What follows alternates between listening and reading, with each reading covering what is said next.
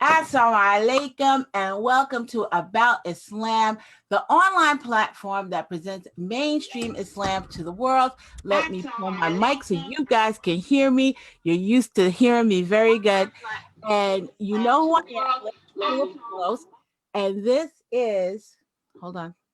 This is the next fabulous panel of the Black Muslim Authors Conference. It has been a fabulous convening. I want to thank our sponsors, NBA Muslims, Muslim Girl Reads, Every Kind of Lady, the Muslim Anti-Racism Collaborative, Hot Hijab, Heart Women and Girls, Daybreak Press, the African American Muslim Alliance of Tampa, and the Muslim Connection. They have been very great about sponsoring this event. Don't forget to visit our website at www.aboutislam.net. If you want more updates and information, remember to register for updates. It's going to be pinned up to the comment section so that you can get updates. You don't miss the next great panel. You can find out more about our sponsors and about our wonderful authors and about our book fair and our giveaways by visiting the Black Muslim Authors conference page, and that's going to be tagged too. So visit that as well. I've been looking forward to it. I've been waiting for this one. This is the Release the Ink Black Muslim Male Authors panel. All men. I'm about to dip out and I'm just going to sit back and I'm going to listen because there are special challenges that Black Muslim men authors face in honing their craft and releasing their books. And so they're going to talk about that. And so it's going to be extremely interesting. And the person that's going to moderate it is romance author Nasheed Jaxson. Assalamu alaikum, Nasheed. Wa alaikum salam rahmatullah. Thank you so much, Layla. Thank you. So Sisters out. Assalamu alaikum. So, brothers, it's just us, man. Let's let's get into it. So first, I'm your host this morning. I'm Nasheed Jaxson. I'm a poet. Poetry is my love. And I took that writing poetry into writing novels. So now I've been coined a romance novel, and I'm really not. Every story has a love story in it. So that's the stories I write. The stories I write just got a love story in it. And mashallah, I am considered a romance novelist. Okay, so on the panel this morning, we have Rashid. Rashid is a Detroit native, graduated from Wayne State University. He is an active member of his Islamic community, serving as assistant imam. He is the proud father of 3 beautiful children, and his passion about writing a series on children books that focuses on instilling righteous values in its readers. Welcome to the show. Appreciate it. It's Rashid. Rashid. And welcome to the show, Rashid. Welcome to the show, Rashid. Thank you for having me. Anything else you want to explain about that? No, that was good. I'm a simple brother, man. I don't need too much of an introduction. So alhamdulillah, that was good. MashaAllah. Next on the panel, we have Tariq. Tariq, you want to introduce yourself, please? Assalamu alaikum. Thank you so much for having me and up here with my esteemed brothers. My name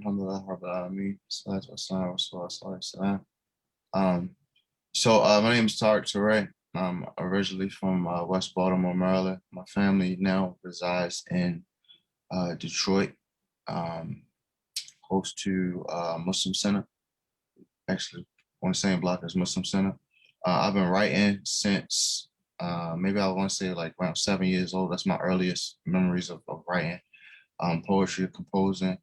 And since then, alhamdulillah, I've had the ability to put together 2 different poetry compilations, put together a children's book, and I run a company called Greater Than the Sword, in which we celebrate writing through different products and crafts.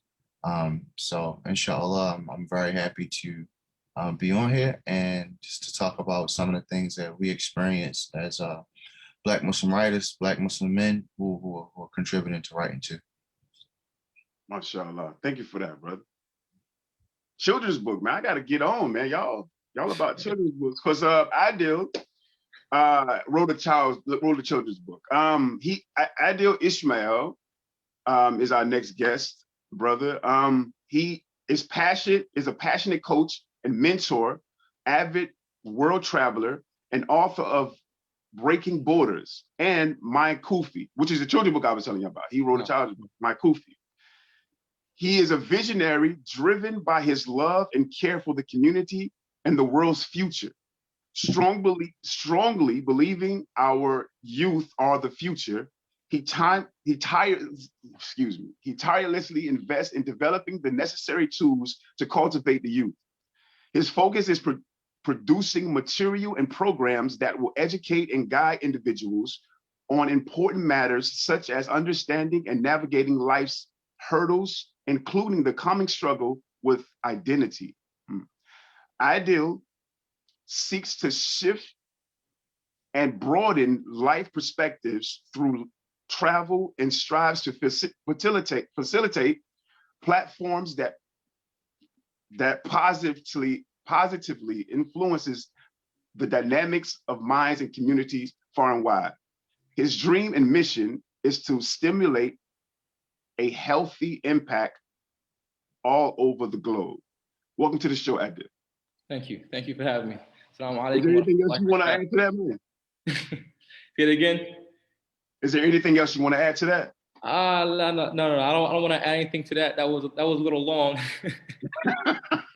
My bad. I think it said plenty. Alhamdulillah. Alhamdulillah. So again, welcome, brothers. Welcome, brothers. Thank you for having me. All right, so what I want to get into first is this panel is about writing. So I want to know, when did the love of writing come from? Like, when did you start loving writing? When did you know that you was a writer? Tariq, you want to take that? Bismillah. So I would say very, very early on, just being introduced to language a lot. My mother, she's a retired third grade teacher. She taught for like over 2 decades, and she is a English major. So like a lot of our households, even just particularly in the Muslim community, our houses are filled with books. So I fell in love with reading, and then once I learned how to be able to write things on my own, then I would start to write like little pity pat poems and things that I was experiencing around me. And then I want to say when I went into probably like the end of middle school, I excelled at language arts. Like I enjoyed doing language arts more than anything.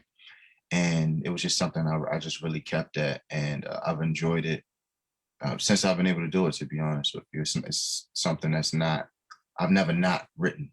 Like ever since I could write, I've never not had a consistent like diet of writing in my life. It hasn't been too many pauses or even blocks with writing. MashaAllah. Adil, you want to take that? Yeah, inshallah, I'll add to it. So my love for writing, if you take it from my mother, I inherited it from her. But in my journey through traveling, and having different experiences, I wanted to basically tell people how to experience the world, how I was experiencing the world. And so I kind of started to write when I started traveling, and I had to explain my travels.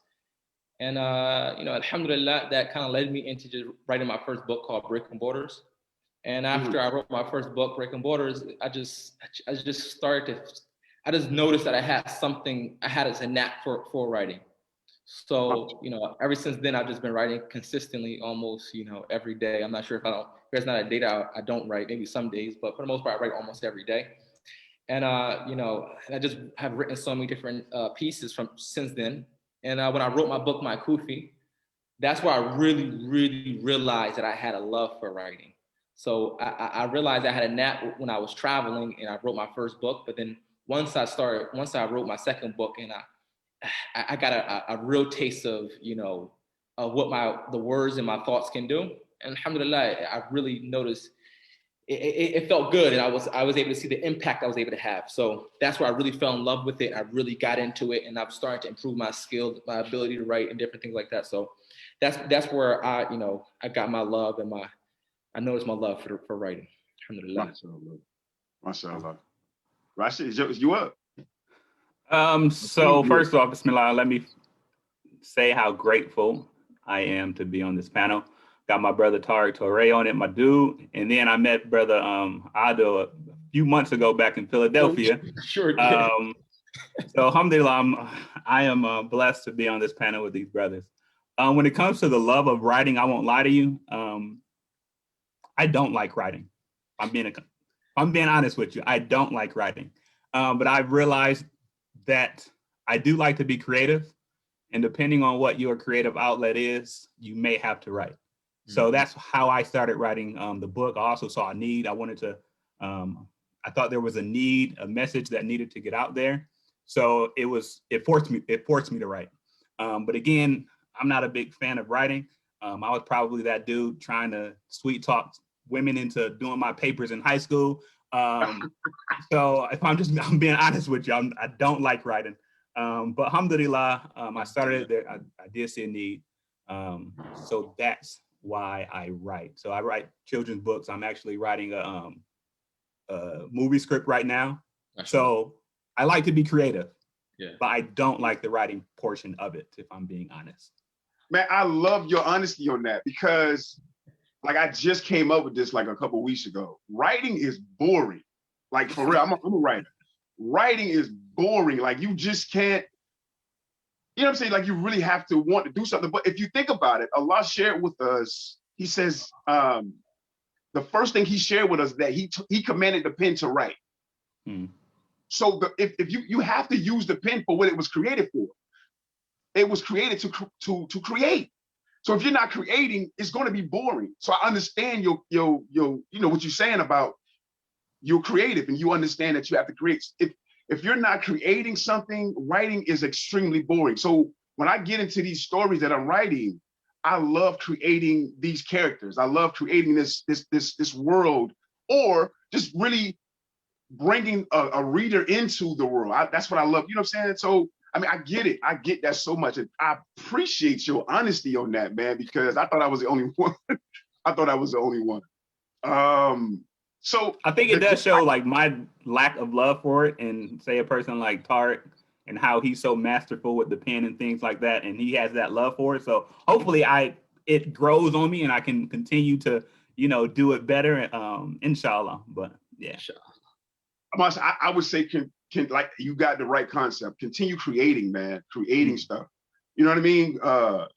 Man, I gotta write a children's book. That's all y'all got children's book. I gotta write a children's book, man. Bismillah. So the title of this year's conference is Black on Both Sides. When I first heard it, I loved it. What does that mean to you, and what comes to mind? Black on both sides. Rashid? You get it just means being Black all the time, in the private and the public, never shying away from it. I think it's important, especially on this anniversary of the assassination of Malcolm. Like, I think he was Black on both sides. Like, he was always Black, and he always had a mission. He always knew what he wanted to do. So for me, that's what that statement means. It reminds me of Mos Def, of course. But it means just, being true to yourself, always being you. And again, in the private sector and in the public sector, just make sure you represent properly. MashaAllah. Sure. Adil, you want to take that? Yeah, inshallah, I'll add to that. So when I saw Black on both sides, I really like that idea because it resonates with me in how I feel about code switching.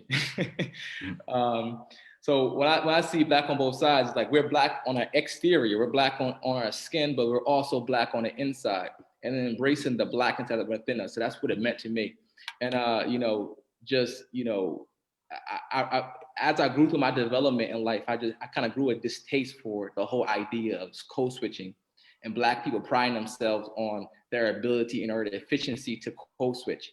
And it really bothered me because I saw the importance of us embracing who we are and having society and people value us for who we are as individuals and who, just who we are and the value that we bring into spaces based off of our ability to create and our ability to provide value.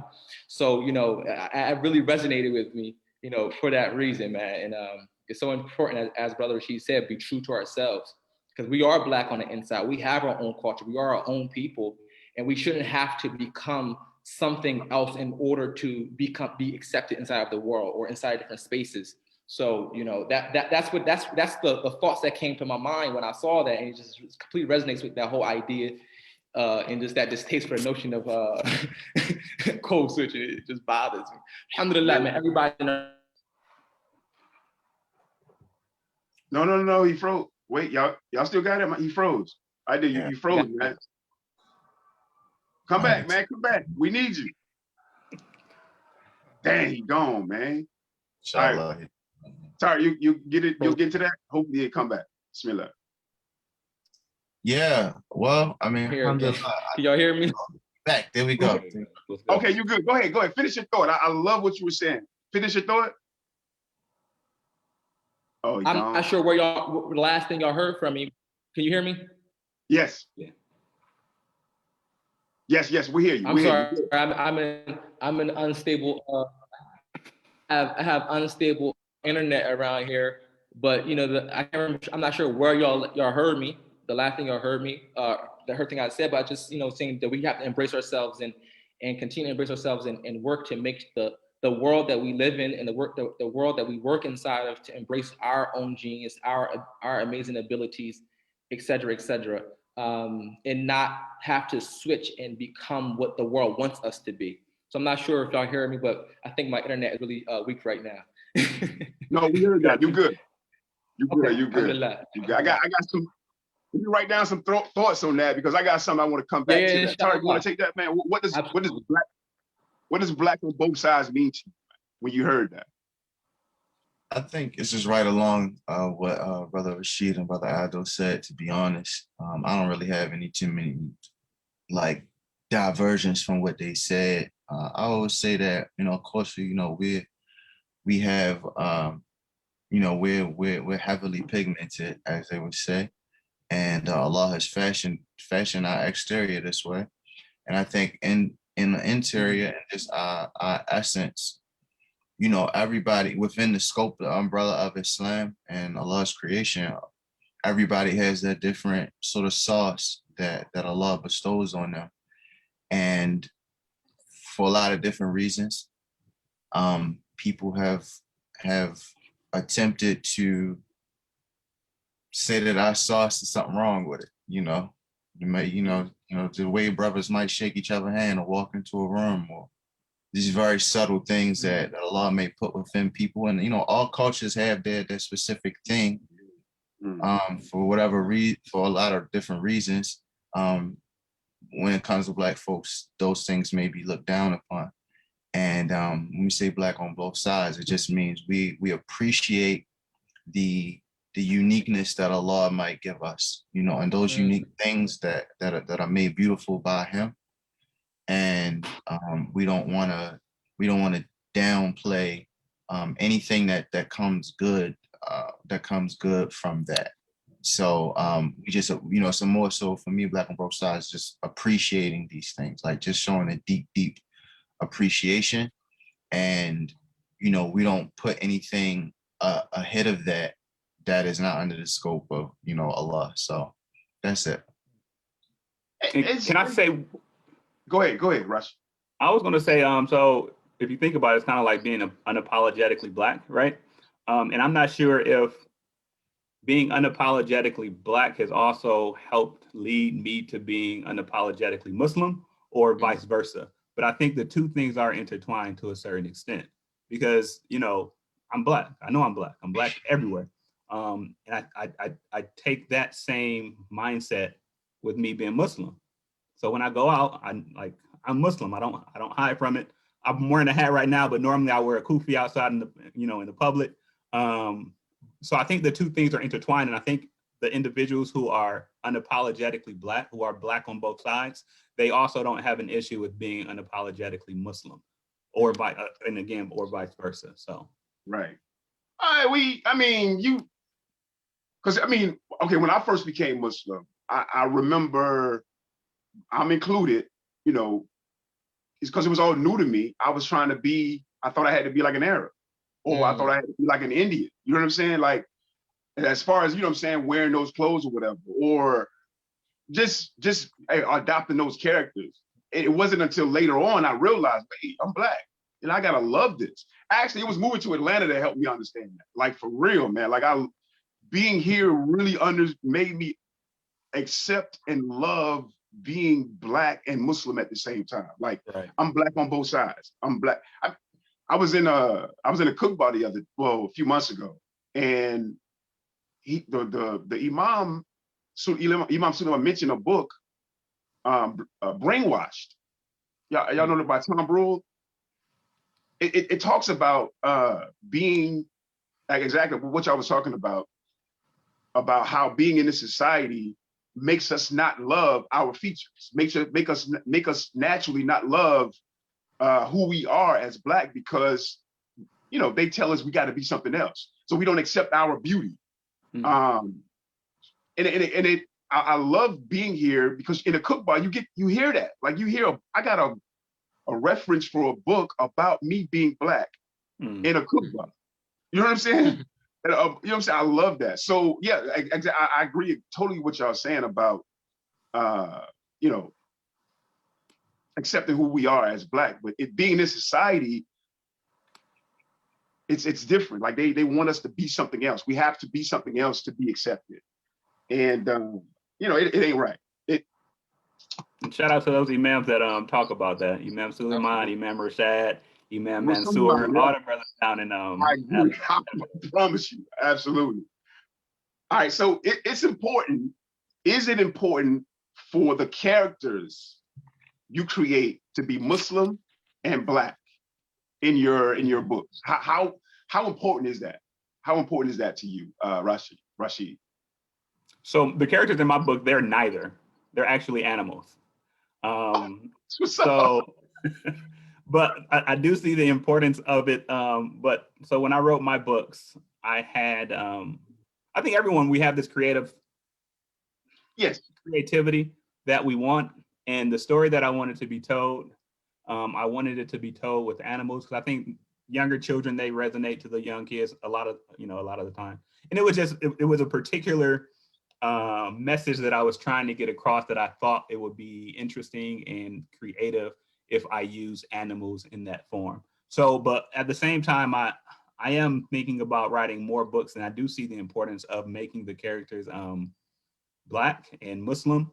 But I think it just depends on what you have in mind, what you want to create. It all depends. But there's definitely a need for those things, so our kids can see themselves in the book. So I think we all understand that there's power in representation.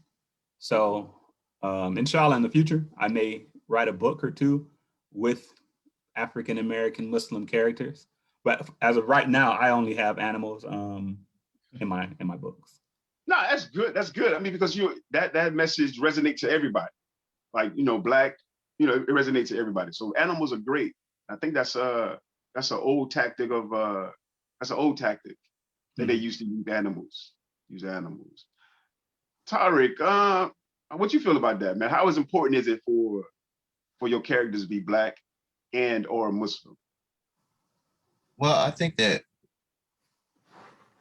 nobody should question why the characters in our book will look like us. Go to any community that are writing books, until somebody may have said, hey, every time we try to get a children's book for our kids, you know, it's all kids who would be, and I say racialized as brown because that's, you know, what we deal with, you know, even these things, they quote unquote social constructs, it's still racialized, you know, people who are racialized as brown, South Asian, Arab, whatever the case may be, you know, people, they would say, well, we just, you know, creating things that look like us. So I would say one of the only reasons that it's so like, when somebody writes a book and it got like Black characters, kufis, and all these types of things that, you know, if you have experienced a Muslim community that is predominantly Black, or you grew up in one, these things are regular to you. And it's because it's just not represented, like Rashid said. It's like, it's not there within the entire catalog of these books, the amount, even though a lot have become prominent now, it's still a very small percentage of the actual books that feature Muslims or about Muslims. So when it happens, it can throw people off, and it can make people like really happy. Like, I can show my kids somebody who looked like them, and that isn't ashamed, you know, about that. So the last thing I'll say about that is that alhamdulillah, Sister Jamila Kareem, she wrote a book called Mommy's Kimar. And then our esteemed brother Adil, he wrote a book called My Kufi. And you know, really being inspired by them taking that chance and go ahead and doing that, it everything builds upon each other. So it allowed myself to just write a book about a concept, rather, because you know what I'm saying, they cover those bases for us, like they took it on the chin for us. So moving forward, we can continue to make books that celebrate, you know, our identities as Muslim, but now the ball can be pushed down the hill, say, hey, we have some other stuff that we can cover. And that comes from being, I guess, you know, quote unquote, unapologetic, but, you know, just really taking it on the chin and writing things that needed to be written. Mashallah. Thanks to those brothers. Adil, you want to take that? Yeah, I'll add to it, inshallah. So, you know, when I look at it as a creator, I think it's important that we put characters that look like they're Black or brown or Muslim inside of different media forms, whether it's a book or a show or a movie or whatever it is. It's important because, as was mentioned, representation matters, right? And why it matters is because when you're consuming that content, it is telling you what is possible and what's not possible, right? So if I see myself as a Black person, all I see Black people as people who are support roles or people who are basically marginalized in stories, basically that's going to be my narrative that it's going to be constantly reiterated in my own mind of what is possible. The possibility, the limit of my possibility is being marginalized or being support to someone who's a superhero inside these different stories. So it's important for us as Black people, brown people, and Muslims to put ourselves inside these different roles to show the young people, the young men and young women, the possibility of what if. Like, what if I can be that superhero? What if I can be that person who succeeds? What if I can be that person who overcomes those different challenges? So I think that's that's the most important thing about having characters of Black and brown characters and Muslim characters inside of the different content that we consume, because it gives the youth the opportunity to dream and go beyond that norm and just the norm of what our society continues to show us, which is Black people are marginalized, Black people are less than the reality. And I think we as creators, Black creators, have to take it as our brother Tariq said, take it on the chin, and we got to just go out there and do it ourselves and take the chance and then make the world see us as it is. And that's really my approach, man. Make the world see us as they should see us. So alhamdulillah, you know. Absolutely. I totally agree with you. Because it can't be about money in the beginning. Like, it really can't, because you ain't gonna make a lot of money. When you taking it on the chin, you might make some money, but normally you're not gonna make no money. It's about putting our story out there. Because that's how this society did it. They kept feeding you what beauty is, what, you know, white beauty is, what, and you know what I'm saying, over the years we begin to accept it. Life imitates art. Hollywood has directed the masses in following different trends and lifestyles because of the statement, life imitates art. In what ways do we want to direct you? In what ways do you want to direct your readers with your works of fiction? Like, how can we direct it? I mean, we just talked about, representation. And it's so many different ways we can direct them. In which way do you want to direct your readers when they're reading your stuff? I'm going to just go back to what I said previously, which is basically I want the people that consume my content to see what's possible, right? So I want them to be able to see themselves as the hero of their story. I want the youth to be able to see the possibility of what if. So when I write, I'm writing to basically tell that narrative, what if, right? So I'm writing a script right now, and I'm doing a lot of research, and I'm seeing that a lot of our content inside of that is basically produced inside the world is about a never-ending problem that never ever ends, and I feel like that's very destructive.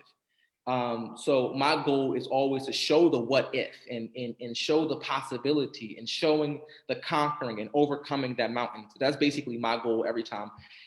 Every time I start writing, my goal is always to basically try to push that concept, because we, especially from the Black perspective, us being African American or Black or brown people, we're not given that chance to imagine what is, and if we do, it's a small portion of us, unfortunately. Their families or they just have a undying or unwilling desire or spirit within themselves to accept that that limit is there. So unless we have that there, something that's pushing us, we don't do it. So my goal, as I said, is to basically create that narrative in my work, inshallah. You can do it. Appreciate you, brother. Tariq, you want to take that? Where do you want to direct your readers? Well, I think that Muslims, we have to put ourselves in the driver's seat of education again for the world. Absolutely. And I think that's one of the most critical areas that we have to lead on. And education in all facets. It could be moral education. I'm right now in the midst of watching Ertugrul. I finished it. And during the last season, the chief's son, he gets engaged in riba. And he don't really know what he getting himself into, but he gets engaged in it, and his father like put a whooping on him. And he made so many mistakes, man. Yeah. So, I can't stand. It's like I'm he's the ideal preacher's chief son, Ibrahim's son. He just blind and just searching around, just following any type of trap. But nevertheless, he gets himself together. But that moment of him being chastised for being engaged in riba, which is something that, a lot of people have pitfalls with. If this was presented to an audience that may be a foreign concept to them, that puts Muslims in the driver's seat through art, through media, of understanding a concept that, we are always trying to impart onto people in our lives, of why riba is just, a hellish sort of institution. And so through my work, I would want to contribute to teaching. There are a lot of things that, and that was teaching about money, in Ertugrul. So there's this thing, I wrote David's Dollar because I felt like that was a lesson that we could teach. We are the community that, coin do for self. So there's so much we can educate people on, but if it's our story, they just gonna have it be some Black folks with kufis on and, engaging in the cuisine that we like to engage in and partaking and looking how we look. You might see some kente cloth. You might see some of those things that are elements of our community. But the baseline of the story is an education about a concept that a lot of people can buy into. MashaAllah. Rashid, you want to take that? Shout out to Ertugrul Bey, Suleiman Shah, Bouncy out. I gotta out. watch the show, man. Just make sure you got some time because it's 600 episodes. So I mean, it's and it's good. It's an amazing show, it really is though. But just make sure you set aside about an hour a day to try to get through it. But honestly, for me, the concepts that I want people to take from my stories, simple concepts, to be honest with you, Islamic concepts, human concepts, things such as, so my first book, Toure Turtle, it stresses the importance of loving yourself and also modesty. So there's a little bit of subliminal message in there for the kids about modesty. I think especially at a young age, when we create these stories and these these children's books, we should have some sort of agenda. I think we all have an agenda. Everyone has an agenda. Sometimes the agenda may just be for entertainment purposes, but I think, alhamdulillah, for us Muslim authors, it goes a little bit beyond that, where we want to actually instill some sort of lesson, a life lesson. So I think that's why we did it. And one of the reasons, I know this is to go back on the last question you asked about the characters and the representation. It's like, I remember reading Aesop's Fables when I was a child. Like, that's probably one of my favorite books. And as a child, at that, at 5 and 6, I remember the lessons that those stories kind of taught me, whether it was the tortoise and the hare or the lion and the, whatever it may be. So that's one of the reasons why I chose to use animals, because I don't know, it influenced me in that way. But they're the lessons that are taught. And again, these are Islamic lessons. And I don't want to just say Islamic lessons, because they're human lessons, right? So there's messages that I think we can tell people. And again, Toure Turtle is about loving yourself, a little subliminal message in there about modesty. My other book, Amir Armadillo, is about respecting the woman. Horace the Hedgehog is about there are things that were created perfect and there's no need to change them. So there's these small messages that I think, and alhamdulillah, especially having Muslim authors who are conscious about some of the messages that we want to get out there. I think that's why it's so important that we continue to create more content, because you already know that the content that we create will be the foundation will be positive. So that's what I was saying.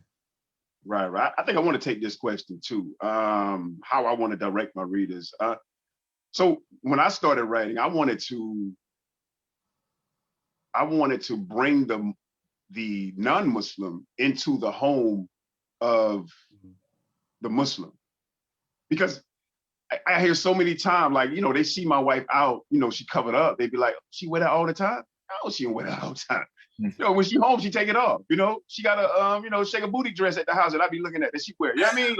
Like, no, she don't wear this all the time. So that's what I wanted to do. I wanted to bring them. I wanted to bring them in the house and show you, this ain't what you know what I'm saying? Like, we're real people. Like, we're real people. We have the same issues, the same problems that, that y'all have. So that was one of my reasons for bringing. And at the same time, of course, give them lessons about, life lessons, what Islam does and what Islam teaches.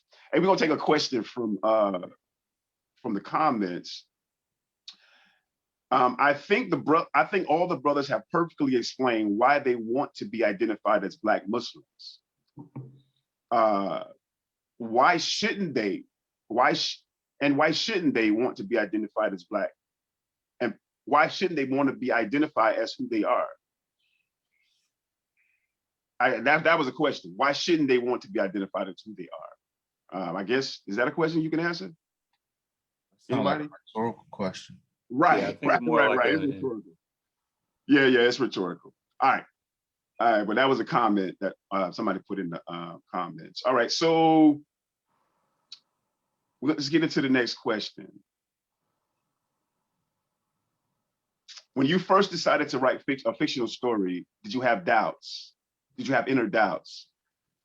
Do you care about the negative backlash you'd get from the Haram police? Yeah.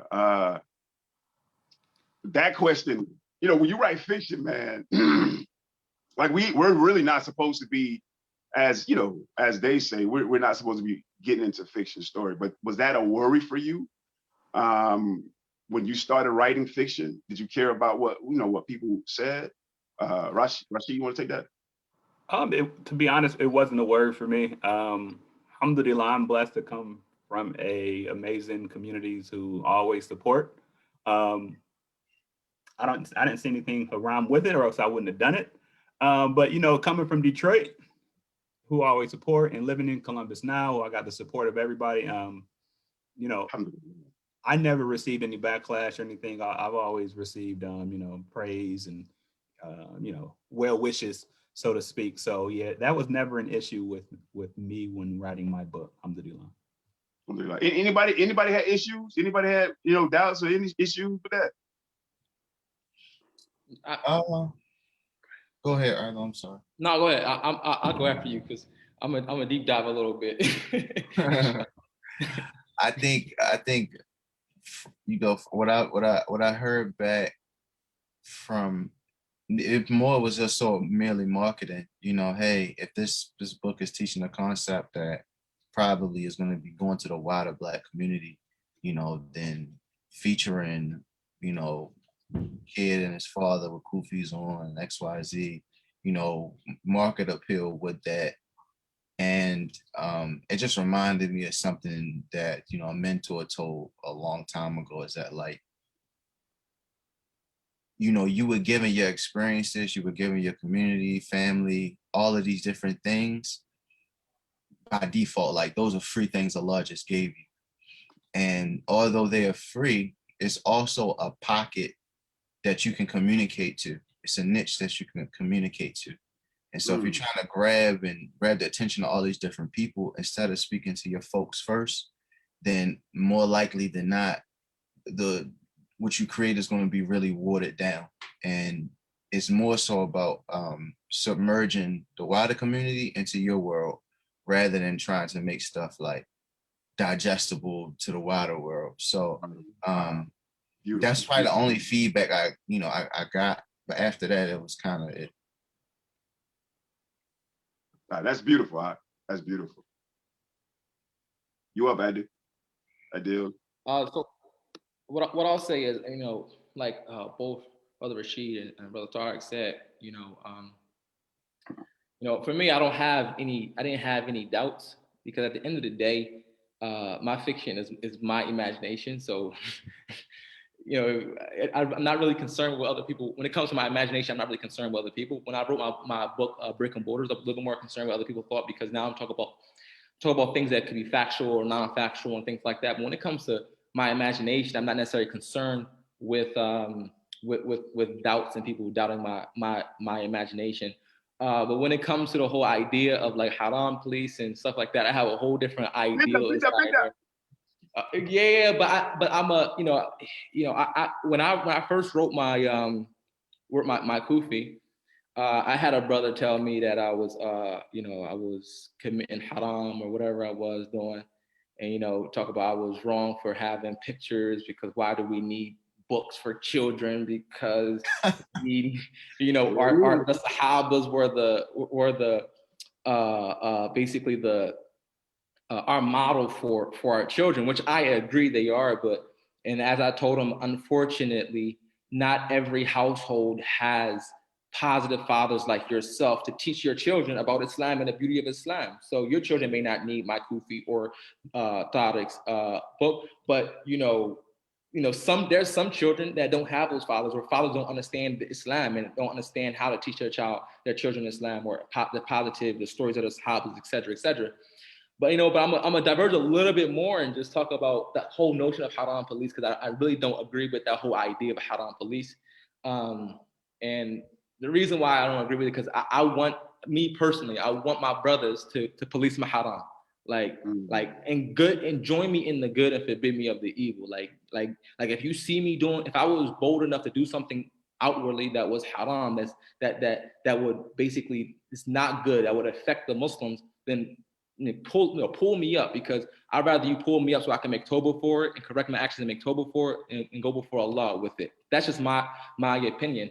And Allah subhanahu wa ta'ala says in Surah Ma'idah, in the verse 2, Surah Ma'idah, to enjoin, وَتَعَاوَنُوا عَلَى الْبِرِّ وَالتَّقْوَى وَلَا تَعَاوَنُوا عَلَى الْإِثْمِ وَالْعُدْوَانِ. So Allah says to enjoin each other in good and fearing Allah, or being conscious of Allah, and not enjoin each other in evil in basically going past the limits that Allah has set for us. So that whole idea of haram, please, but I think what's important that Muslim creators should do is, I think Muslim creators should have someone that is a little bit more knowledgeable than them to basically check their work, to make sure that their work aligns with Islamic values, because Islamic values are important, right? So in order for us to cure our ills within our communities, we have to address we have to come with from an Islamic perspective, because that's the reason why Allah sent Islam in the Quran and in the Sunnah for us. Allah sent those things for us to purify ourselves. So, we should, as content creators, check and make sure that our content is good for the Muslims to consume, or just for the world. Because at the end of the day, when you go before Allah, you're going to be questioned about the things that you did wrong. Absolutely. So, my reminder to the Muslims would be, yes, it is sometimes uncomfortable to have somebody like come for you. Like when a brother came from you, I was like, alhamdulillah, I know what I'm talking about. You know what I mean? Like, that's your problem, but I was still like, I appreciate you, bro, because I can take it as, you might be hating on me, but I take it as you care about me. You know what I mean? So that's just how I feel about the whole idea, that whole concept. And I think we should be more mindful of the things that we do. And so, inshallah, if you do a haram, you should be mindful. You should expect your brother to come for you. It's your job. It's your brother's job to come for you. But like, yo, bro, you tripping. And if he don't love you. He don't really care for you. He doesn't want for his brother as he wants for himself, which is the good of this world, and to please and do things that's pleasing to Allah. So that's what I'll say on that. And but yeah, we shouldn't attack people either, though. Yeah. And that's an important part. Like, to your point, I'm like, when people, the haram police, I actually enjoy the haram police to a certain extent, personally. Yeah. I'm in a book club right now, and we're reading the book, the ways of correcting that the Prophet Muhammad sallallahu alaihi wasallam used to use. And we were talking about it yesterday, and one of the things that was mentioned is when it comes to the correcting, there's like ego plays a big part in a lot of the things. It plays a big part in the person doing the correcting and also the person that's being corrected. So it's a lot more palpable to take it in if you feel like the intentions of the individual are pure, so to speak. But sometimes people may do it just so they show you that they got a little bit more knowledge of you. But also the person that's taking it in, who's being corrected, it's an ego thing on their part too. So like Brother Adil said, if you're doing something wrong, then you're doing something wrong. So hopefully you can accept that and try to change. So even when I was writing my book, like there's one sex scene in my kid's book with two turtles. I'm joking.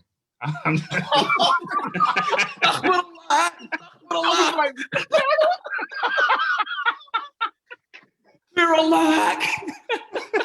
So no, I'm joking. So alhamdulillah, like, but when I wrote it, everything was fine. So mashallah. I want astaghfirullah, it escaped me. I wanted to add to it, but I'm going to leave it. No, actually, no, I do want to add to it. One thing I would say is, adding to what Brother Rashid said, I'm a firm believer that Allah, sends messages to us, and He guides us through His servants and other people. So although somebody may be saying something that is offensive, or we take it to heart and it doesn't feel good, I'm a huge believer in like basically receiving the message that someone's giving you, because it may be a lot of like bad to it, but that might be that one message that you may need to hear to basically improve yourself or do something that you can improve. And I'm a strong believer that Allah sends messages like that and to guide us and help us improve, like through different signs and people talking and different things like that. So that's all I want to add to that. But yeah, I'm done. Mashallah. I absolutely and all that. Okay, so how have you found support or lack of support in your community?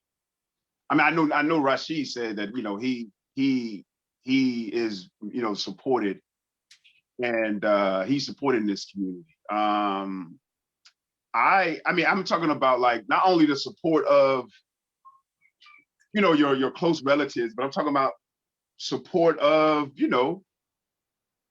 I guess people sharing it, people buying it, people the good good comments about it? You know what I'm saying? Like what is that support like? Because what I hear is you're a man, you have, you know what I'm saying, don't you have anything better to do other than writing or reading fiction? Like fiction is out of the question. You can't, we as men, we shouldn't be, they think we shouldn't be reading or writing fiction. So how is it support with that concept of our community? I didn't want to take it. Anybody? No, I'll ask because my answer is real short. I mean, for me, I'm not sure. I haven't come across that at all in terms of like men writing fiction. I mean, I don't really read fiction, but most books that I own are all, I would say 99.99% of the books I own are are written by men. So I'm not sure where that comes in, and you know, and I'm not negating the experience either. But what one thing I would say is that for the most part, alhamdulillah, within my direct nucleus, I've been, you know, greatly supported through my kufi. So right now, my goal is trying to get outside of this community. Right, my goal is to get outside of the direct nucleus of people that support me, or people who are directly connected to people that they support, that support the people that support me. So trying to get out of that direct nucleus of people, and that's basically been my task over the last year, is getting out of that space. But alhamdulillah, for the most part, I've received a great amount of support and positive reaction from the people that are, you know, within my direct nucleus people.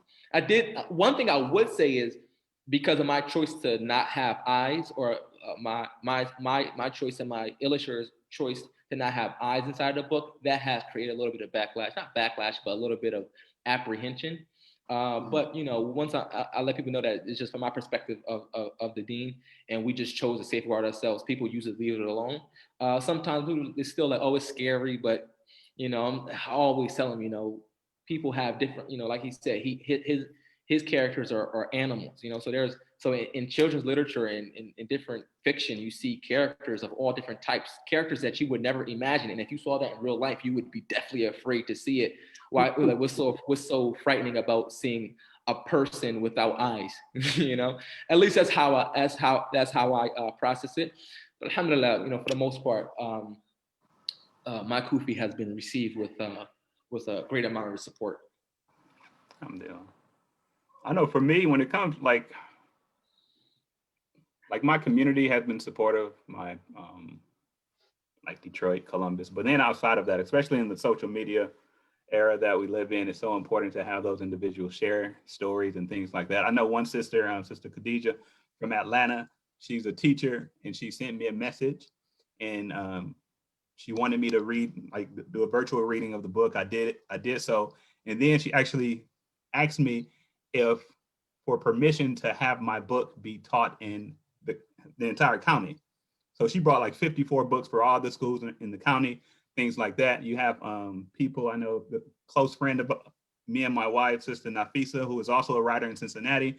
She has the book. She reads it to her classroom. She tells me, you know, it's great how, you know, if they're acting up, if I see some bullying taking place, I can read the story and they can relate to it. So in order for any of us to be successful, like I know, like you said before, like this isn't, you don't necessarily get into it to make money, or if you do, then you find out quickly that that's not necessarily what's going to happen. But I do think that as we share, as we support each other, the messages, they continue to get spread around. Like I was thinking the other day, I'm pretty sure I can fill up my entire bookshelf with just books of people that I know, because I'm always going to support people. And I think that's what a lot of other people do too. And that support goes a long way, because then they tell their friends and they tell their friends. So it's just a matter of us, you know, just doing the small, simple things, a simple share, or, you know, purchase a book. So, but alhamdulillah, like for the most part, my books have been well received. Alhamdulillah. Alhamdulillah. Tariq? Yeah, shortly, I'll just say that I just speaking from the perspective of some of the environments that we hail from, the stakes are extremely high with young Black men, and the cost of even moving an inch in the wrong way, they're just high. So what you experience is that like people are very happy that you're engaged in something productive. You know, they're excited, they're elated to support you in something, you know, that is gonna forward the community or just help out. So, you know, people will go out their way to support you because, you know, in the back of their head, they know things can go very left. Things have gone very left for millions and millions of people who look like us. So I think that is a part of it too. You know, like, man, these brothers out here, you know, trying to be productive. And then also, you know, when people see you work hard at something, one of the blessings of having media this way is now that you can show people the process and it ain't all, you know, sunshine and glitz. So they, you know, they get to see the journey play out. But people, they're very happy to see something positive, to be honest. Absolutely. Absolutely. All right. So I guess we're gonna get into this last part. Toxic masculinity is a huge subject these days. And in some cases, masculinity itself is frowned upon. As Black Muslim, as Black men, we are already raised to be macho. And now, as Black Muslim men, we are expected to play no games. Like, we're expected to play no games. However, the Prophet ﷺ was emotionally balanced, and he taught toxic masculinity men how to be balanced as well. Islam heals a society. Can it be done through fiction? If yes, if it can be done through fiction, how and on what platforms? And if no, why? Can toxic masculinity be cured through fiction? Tariq, you want to take that? Bismillah. So one, I wanna preface this by saying that, you know, our Prophet Sallallahu Alaihi Wasallam, he is Nabi al-Rahmah, right? He's a prophet of mercy. But he's also the prophet that stood on campaigns on the battlefield, you know, over 23, 24 times. Mm-hmm. And so the faculties, the properties of masculinity are something that he employed to forward the mission of Islam. And I would caution us to look at how we utilize, you know, those two words in conjunction, toxic masculinity, so it doesn't fuse into masculinity as toxic in and of itself. Right. Anything will be toxic when it is devoid of justice and devoid of balance that Allah bestows. So again, going back to environment, the cost for misunderstanding how we're supposed to utilize our strength and our prowess as men is very high. So, you know, my caution is always, hey, control your anger, control your rage, control how you behave, because the environments we come from, you know, one word out of pocket, one anger moment can cost you the rest of your life, or it can cost you your life right then in that second. So I would start the conversation with that. And I will also say that, you know, we want our young men to want to be men. We want our young boys to want to be boys, to be strong, to be protectors, to be all those things that Allah subhanahu wa ta'ala has given us, but under the umbrella of justice, you know, under the umbrella of that. And so there's a book by, I think it's Imam Haddad, called The Lives of Men. And it talks about maybe courage joined, you know, with justice, you know, it might be rage accompanied with truth or something like that, but basically it's courage. But if rage is coupled with, you know, something that's irrational, then, you know, that's a problem. So can fiction solve that?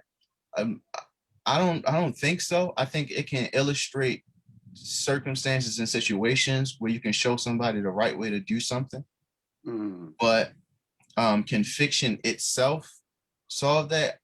I wouldn't say so. I wouldn't put that on the writers. I would put that on the writers just to contribute. You know, can you make a beautiful and a very compelling story where somebody has to subdue the parts that Allah subhanahu wa ta'ala puts in men that can allow us to control or force our will upon a situation?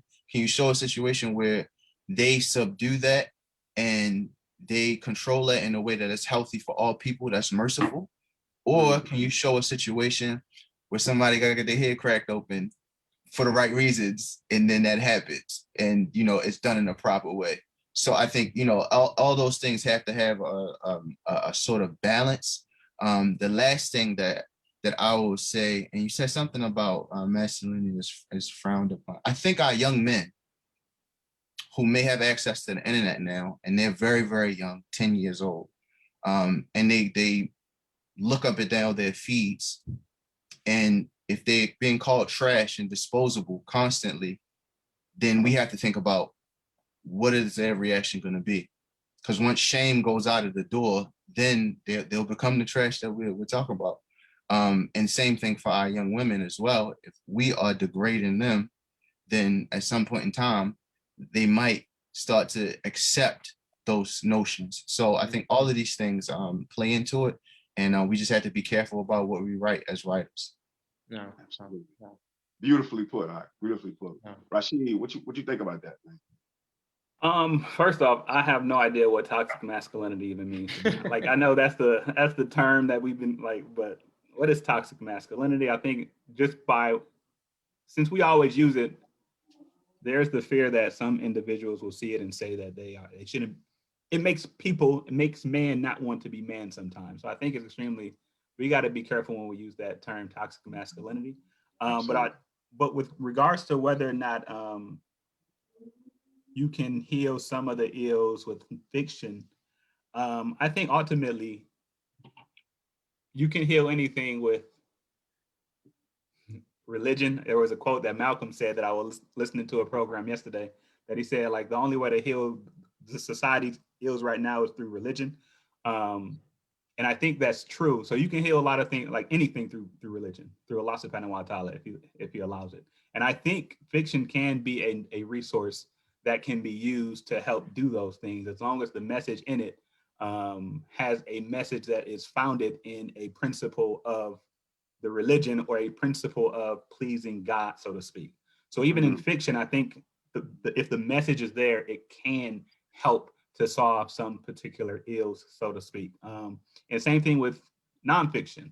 I mean, the example of Prophet Muhammad sallallahu alaihi wasallam, the hadith, these are nonfiction. These are like true life stories. I think that definitely helps. But I think even in some hadiths, there are analogies that are used, which you can make the case that they can be seen as fiction. The analogy, I remember the one where Prophet Muhammad sallallahu alaihi wasallam said that when a person repents, it's as if, he made the analogy of the person in the desert whose camel ran away from him. And then when the camel comes back and the man says, "Oh Allah, I am your Lord and you are my servant," or he made a mistake. But these are analogies that I think you can also get the point across with these analogies, and you can get the point across with fiction as well. And especially when it comes to children books, I think our intent is to get the young reader, and start instilling some of these concepts, some of these life lessons in them at a young age. That way, when they get older, you don't necessarily have to put in so much work. But again, there are some things, like even we were talking about Ertugrul, and although Ertugrul is based off of a real life individual, a lot of the show is probably a little bit of fiction. They put fiction in it, but I think even that, it still can influence people to do better and to try to correct some of the ills that we have. But yeah, that would be my message. My answer. Adil, you want to take that? Oh yeah, I'll add to it a little bit, inshallah. Like our brothers have said before me, I don't necessarily like the idea of the term toxic masculinity. I think how I see it, it's an attempt to emasculate men. But I think the goal shouldn't be to basically look at masculinity as a bad thing, but to address the idea or the problem that with people who are self-indulged, right? So that the violence that comes from men because they are able to exert themselves onto people comes from because they think someone else is infringing on them, and it's a problem with it's a problem with ego in their nafs. So what I see as an issue, or what Islam teaches, the Prophet didn't teach men not to be masculine. As our brother Tariq mentioned, and our brother Rashid mentioned, Islam teaches us to be very masculine, and it teaches us different roles and within households and life as in general. But Islam teaches us to eliminate and to work to control the nafs, the ego, that person, that thing inside that makes you want to infringe on the rights of other people. So I think that is the problem that needs to be addressed, not necessarily masculinity itself, because masculinity is actually a very good thing. Without masculinity, you're going to have a collapse within the construct of the human construct. So what I say is we need to make sure within our content we need to address those type of things. We need to address how to basically become a more healthy and more well-rounded person as individuals, not necessarily the ideal of masculinity. And in my opinion, I think it in a way it's possible. But you're going to be limited because it's media, but it's definitely possible to show a better approach to masculinity. Just like they're using the media to emasculate us and to show the different things that does not align with Islamic values, and that literally corrupts your iman and corrupts your belief system. Just like they use the media for that purpose, we should also be using the media to basically counter that. Because our people, the Muslims, are in front of those TVs. They are reading those books. They are consuming the different content. So I think as creators, it's our job to basically try to counter that as much as possible, inshallah. Absolutely. I mean, and it's a heck of a job that we have. I mean, we've started on the journey. We started on the journey with it's a huge job for us to have because that's what we're doing. We're directed. Because we're catching them young, or we're catching them, in a sense where they don't really know too much about Islam, or if they know something about Islam, it helps them to correct something that they're doing, that they maybe doing wrong or whatever. Mm-hmm. So, do you have any ideas on what we could be doing in media, in film? Have any ideas? I hear y'all talk about Untitled, the series. What can we be doing as Black Muslims in film? Superhero. I got this idea for a community, and y'all can take this if you want to. But you know what I'm saying? I hear let me get my paper right quick. Let me get my paper. Let me write this down. What you got? Listen, it's a community that heals its problems with the Sunnah, with the Prophet Sallallahu. No. Like, you know what I mean? Like you show somebody who having problems, and you bring, of course, it got to be a whole story or maybe a short story, but you bring something that the Prophet Sallallahu taught, and you watch that person apply that, and you show the change that it had to that person, like a community. That's that community superpower. And other people was asking, like, what is your secret? We follow the Sunnah. Like, we follow the Sunnah, and everybody walk around with S's on their chest, and it stands for Sunnah. I'm telling you, that's the one. That's the one. That's the one. Anybody else got? I mean, I know you don't want to share your ideas, especially if you're doing them. But what are other ways that we could through media? Yeah, through film, because writing. You say you're writing a script, Adil, right? You say you're writing a script right now? No. Yeah. If we could get stuff on film, that'll be lovely, man. I think we'll get a lot more. We'll get a lot more. We'll have a lot more. Yeah, I want to add to that. As you mentioned, I'm currently writing that script, and I love your idea. I'm definitely going to use part of that. But actually, in my script, I have a bit of that going on inside of my script. Actually, much of my script has that element inside of it. I'm not going to give too much. You're going to have to watch that, inshallah, when we drop it. But that's the idea, and I agree 100%. And that that's basically like the narrative I've been trying to share the entire time, is that Muslims have to, I guess I'll say it now, Muslims have to embrace the beauty that Allah sent to us. Allah sent us a guide, a compass for mankind to purify their actions, to make themselves better. He sent us the Prophet who's the most elegant, the most perfect human being that you could possibly. He wasn't perfect, but he was the most perfect human being that walked the earth. And he sent him to be an example for us, so that we can learn from it. We can take lessons from and understand the values that the Prophet embodied. And I think it's important that we take those as creators, as Muslim creators. We embrace what the Prophet sent to us, and we use that and put it inside of our content. The thing about it is, I don't know if people realize this, but before you had TV and movies and different things like like books and stuff, the different scholars, were known for their poetry. I believe Ibn Qayyim, he wrote a poem with 5,000 lines.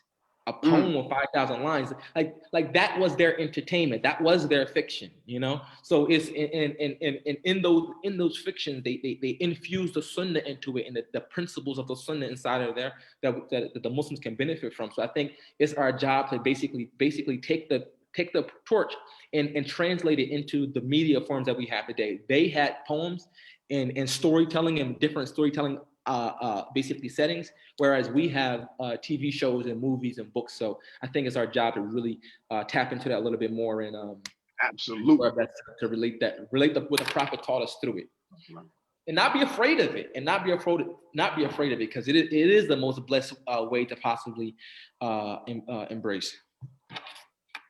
Absolutely, agree with you 100%. Anybody else want to take that?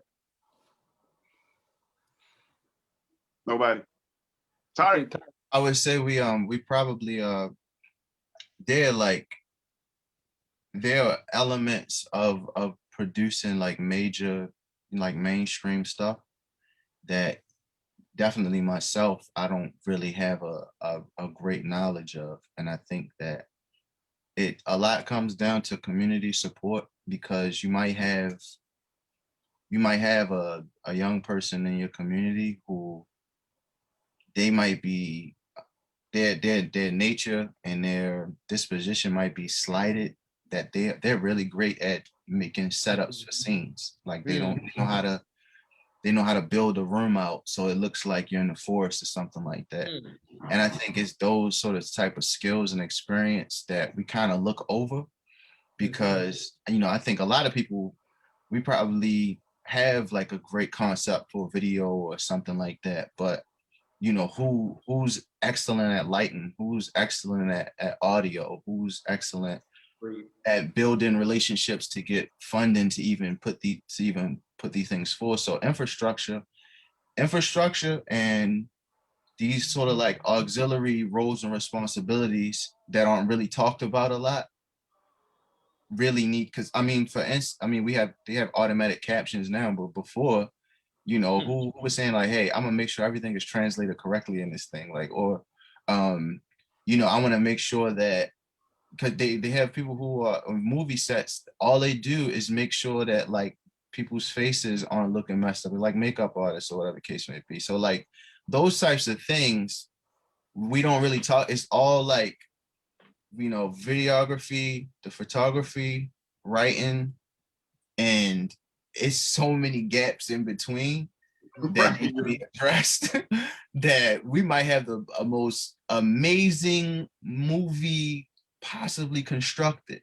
And I'll give an example of that, is that what we're going to see now a lot is that there are a lot of people, maybe not Muslim, but in mainstream media America, who have all the know-how and tools for production, but their stories will be whack because the stories are still with the people who have an understanding of what is going on the ground and what is happening, the very like intricate parts of it.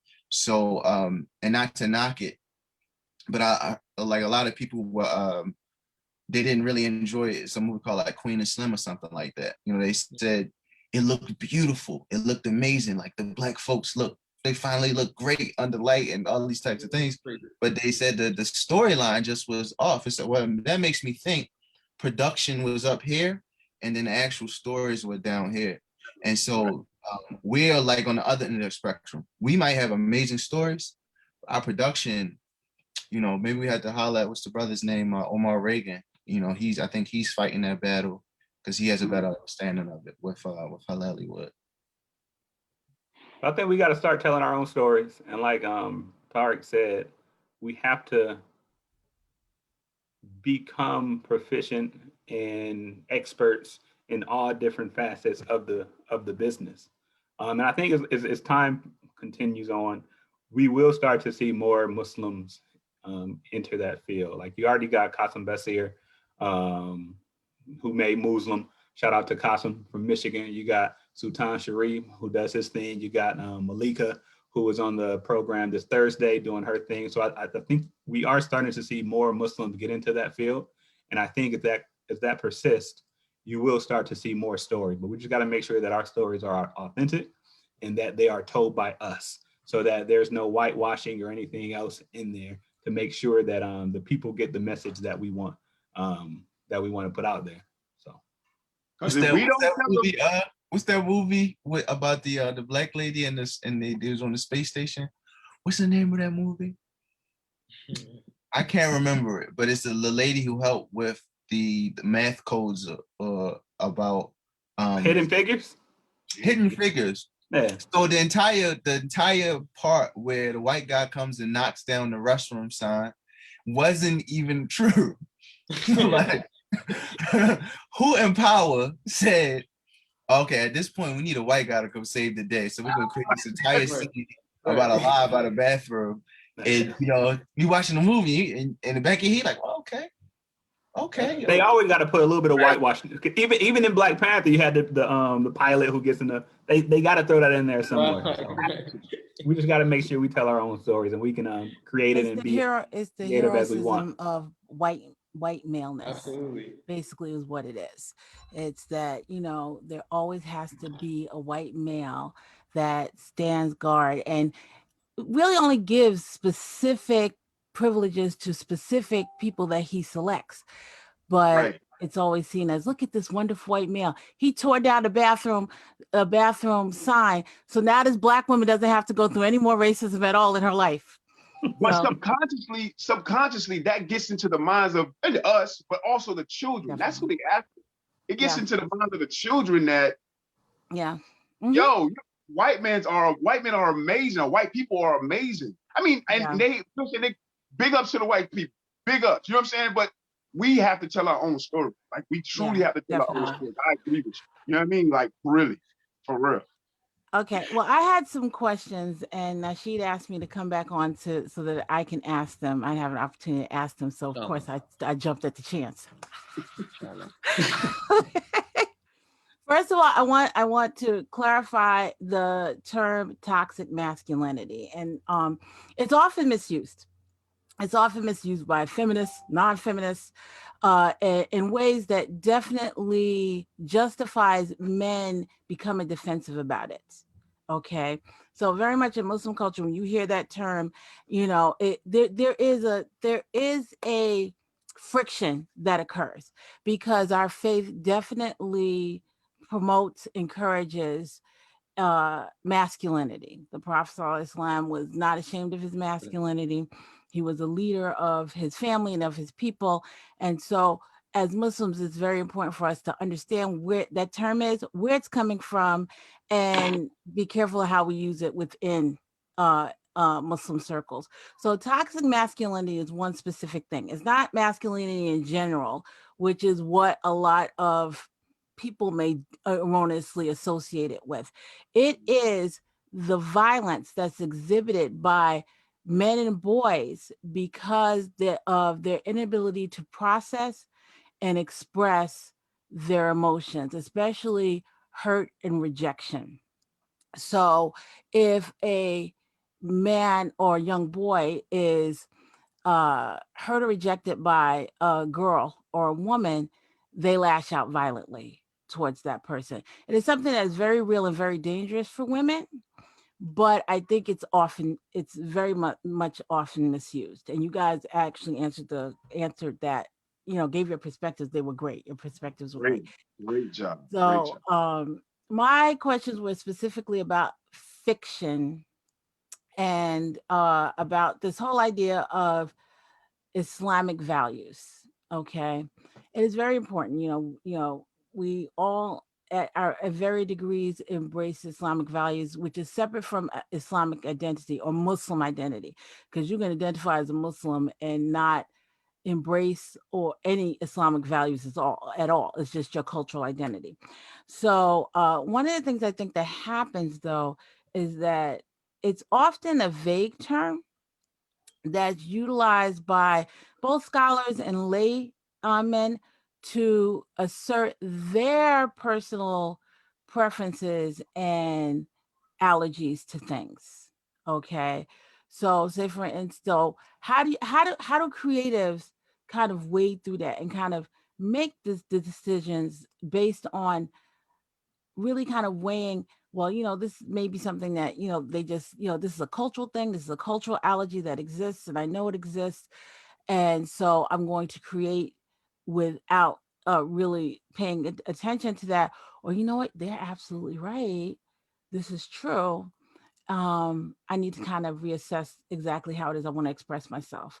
So how do creators find that balance, especially since it can be so ambiguous and vague for them? Tariq? Thank you so much. So one of the things that has helped me in trying to like storytell is to make things like very plain. And what I mean, if you talk to people who who like they get into the science of stories, it's always the cat wasn't up the tree.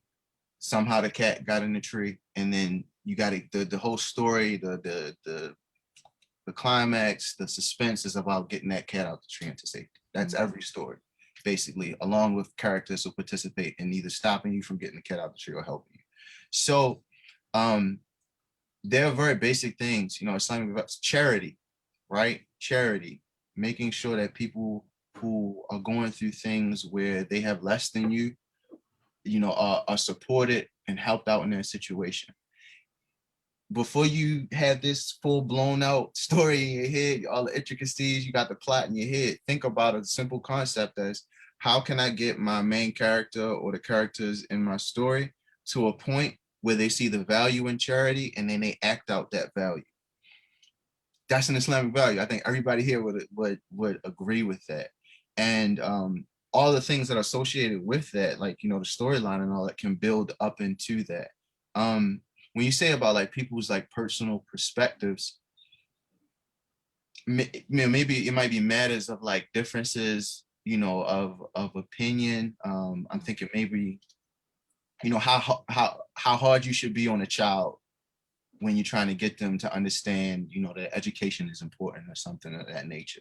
And it's two different perspectives might be somebody, you throw the rails down on them and, you a dictator, that's how things should go. Or another person might say, you act very softly with your child and trying to get them to understand that education is important. For me, that's what I understand by it. And I think simplifying things in that way allow us to not have those conflicts or, filial piety, being good to your parents, you can tell a story that ends up with the realization of that. And I think, of course, that's an Islamic value. So I would need more information about like what people are seeing as being portrayed as Islamic values, because our cultures, and I'm in the midst of reading Dr. Sherman Jackson's book Third Resurrection. Oh, that's a good book. So I'm just in the intro, and the intro is very enlightening, but one of the things he said was that because of people presenting themselves as the authority on Islam, and a lot of things just coming from culture for them, it has forced a lot of Black American Muslims to look at certain aspects of Islam in a distorted way, and not understanding that that may be somebody's perspective. And so I would need to see like where those instances come up. But for me, I think about very simple things: charity, being good to parents, teaching children, things of that nature, and then working that way. And I hope it answers your question. No, that very much did. Now, brother Rashid, okay, you write children's books, right? Yes, ma'am. Now, I mentioned at another panel, I was off on a rant, and I said, even children's books authors aren't safe because God forbid you put an eyeball on somebody. Okay, so I mean, as a creative, you have your limits, your own limits, and your own boundaries, and you set those while you're creating, and then you produce this work and you present it to the world, and then some people come and they tell you this isn't Islamic, this is haram, because you did very, very specific things that they personally find to be un-Islamic and haram. How do creatives not only find that balance, but then go back and think and look and assess their work and decide whether or not they need to change certain things, especially considering the fact, like Brother Tariq said, that it may just be a matter of cultural preference and difference of opinion? So I think, like Brother Adil said, you should definitely have someone you can talk to see whether or not it is Islamic or not. And if it's not, then try it, then change it. But there are some, but Islam it's not black and white. It's so many gray areas. Right. And certain scholars may have one point, another scholar may have another point. So after you talk to the scholars and you use yourself and how you truly feel about it as well. And if you think something needs to be changed, then you change it if you believe it's un-Islamic, definitely. But I would also say, make sure you write what you want to write, regardless of what anyone else is saying. Like, it's your story. Like, this is your story. This is what you want to be, how you want it to be said.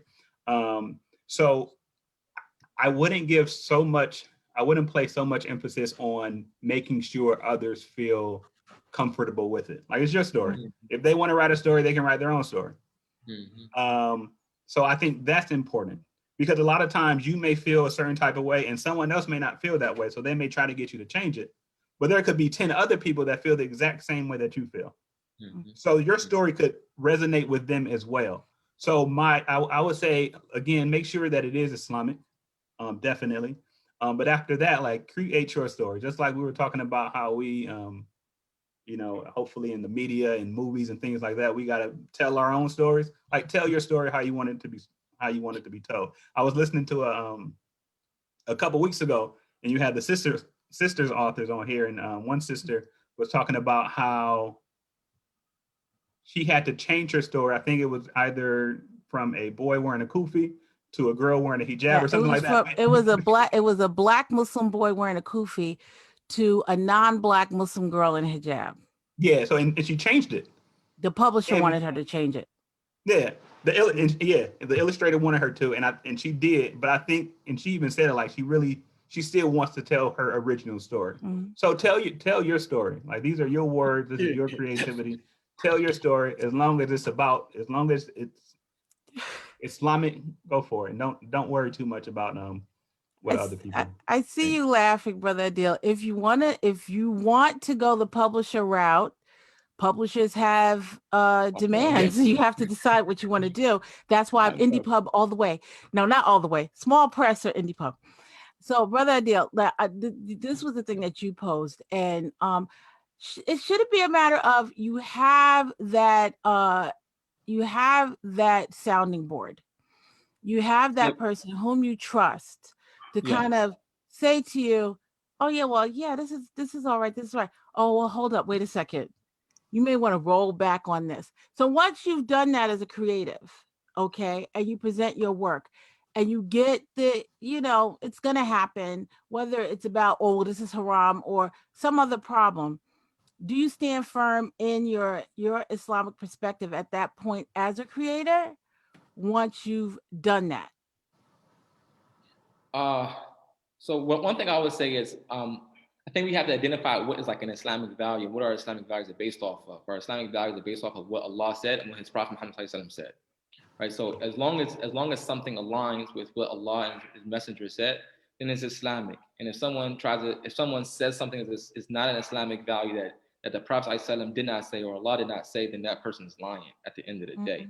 When it comes to answering, if someone tells me that it doesn't, like, say if I take it to my sheikh, like, right, and I'm like, sheikh, what does this look like? Is this okay? I think it ultimately comes down to almost as the same thing as if you were taking it to a publisher and they're saying this doesn't cut the storyline that we would like to publish, or this doesn't, or if you were to take it to some sort of major production company, you're trying to release something and they're like, this story's not going to work. You got to come up with something else, right? It happens all the time. But I think that's what it kind of comes down to, is like, how can you creatively tell the story while fitting in? If something you have is un-Islamic, it does not fit the Islamic values, how can you tell the story a little bit more different, or tell the story a little different that it fits an Islamic value? And I think that's what creators should be thinking about versus saying, oh, I'm going to do it because I want to tell it this way. But as long as it fits if it fits what Islam says, then it's no big deal. I hope that answers the question. Can I say one more thing? Because I know when it comes to publishing and self-publishing, I think I remember talking to Tariq about his book, and he was talking about how publishers don't like books to rhyme. Children's books. They don't like children's books to rhyme. They're not really, but he's a poet. So he still put it out, and alhamdulillah, it's an amazing book. Same thing with me. So even if you think about it like that, when I read to my kids, alhamdulillah, we try to read to our kids every single day at night. I prefer books that rhyme. Like, as a parent, read, like, it flows. It's a lot better. So regardless of if someone said like your book shouldn't rhyme or not, it's not good. Like, this is what I like, and I imagine there are other parents out there as well that like the same thing. So that's why it's like sometimes you just have to do it. So, well, and that is correct, right, Tariq? Like, we had that conversation. Okay. Yeah, I mean, to be honest, to me that goes back to to infrastructure, because you need a yes from a publisher for distribution, promotion, and placement, to be honest. And because they have the relationships and the resources, you are at their mercy. And so, it goes back to those things of infrastructure. I don't know how many people or how many, I guess, companies that are Muslim run that may align with what Muslim authors are trying to put through, where you can tell that, you can tell Penguin Random House, okay, that's cool. I'm gonna just, go to Sister Aaliyah's company and, we're gonna get taken care of, or, or any other place that might be able to do that. So that's also infrastructure. We have to be able to walk away with our pride, knowing that, our community is going to be a resource for us. And that's probably something that we really need to go towards. Absolutely. For real. Well, I mean, even with Muslim publishers, you may run across issues because one children's book author, Sharia Schultz, she wrote a book about child sexual abuse, and knowing that it's called My Voice is My Superpower. So it's very much about children appreciating their agency and their autonomy and resisting child sexual abuse and knowing who to tell and everything like that. A very great book. A lot of publishers didn't want to touch it. Even Muslim publishers didn't want to touch it. And so that's one of the great things about independent publishing is that when they don't want to touch it, you could do it yourself. Okay. And you could build your readership. In certain genres, it's like, publishers are more and more becoming dinosaurs because, they're putting them out themselves, graphic novelists, romance writers, sci-fi writers, more and more authors are putting it out themselves, which is I want to talk about because,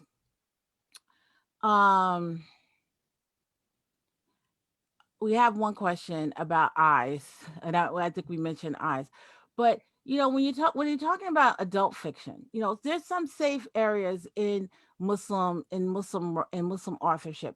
It's very safe to write something. Sometimes to write nonfiction is a little safer. Children's books are very safe.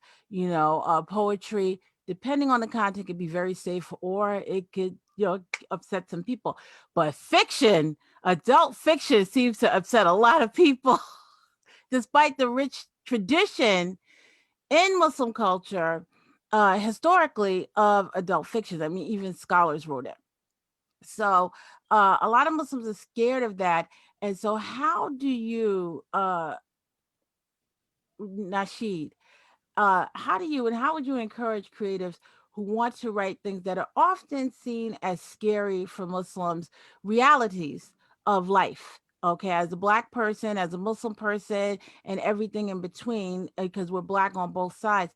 How do you decide or encourage creatives to decide what content they're going to want to put?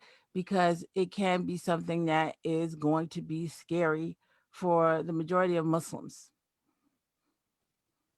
So I think, brothers, the brothers, they discussed that it's about just being true to what you want to write, being true to what you want to write. And for me, when I when I first started wanting to write fiction, like there was doubts in my mind about, because it was fiction. I was telling a story that wasn't true.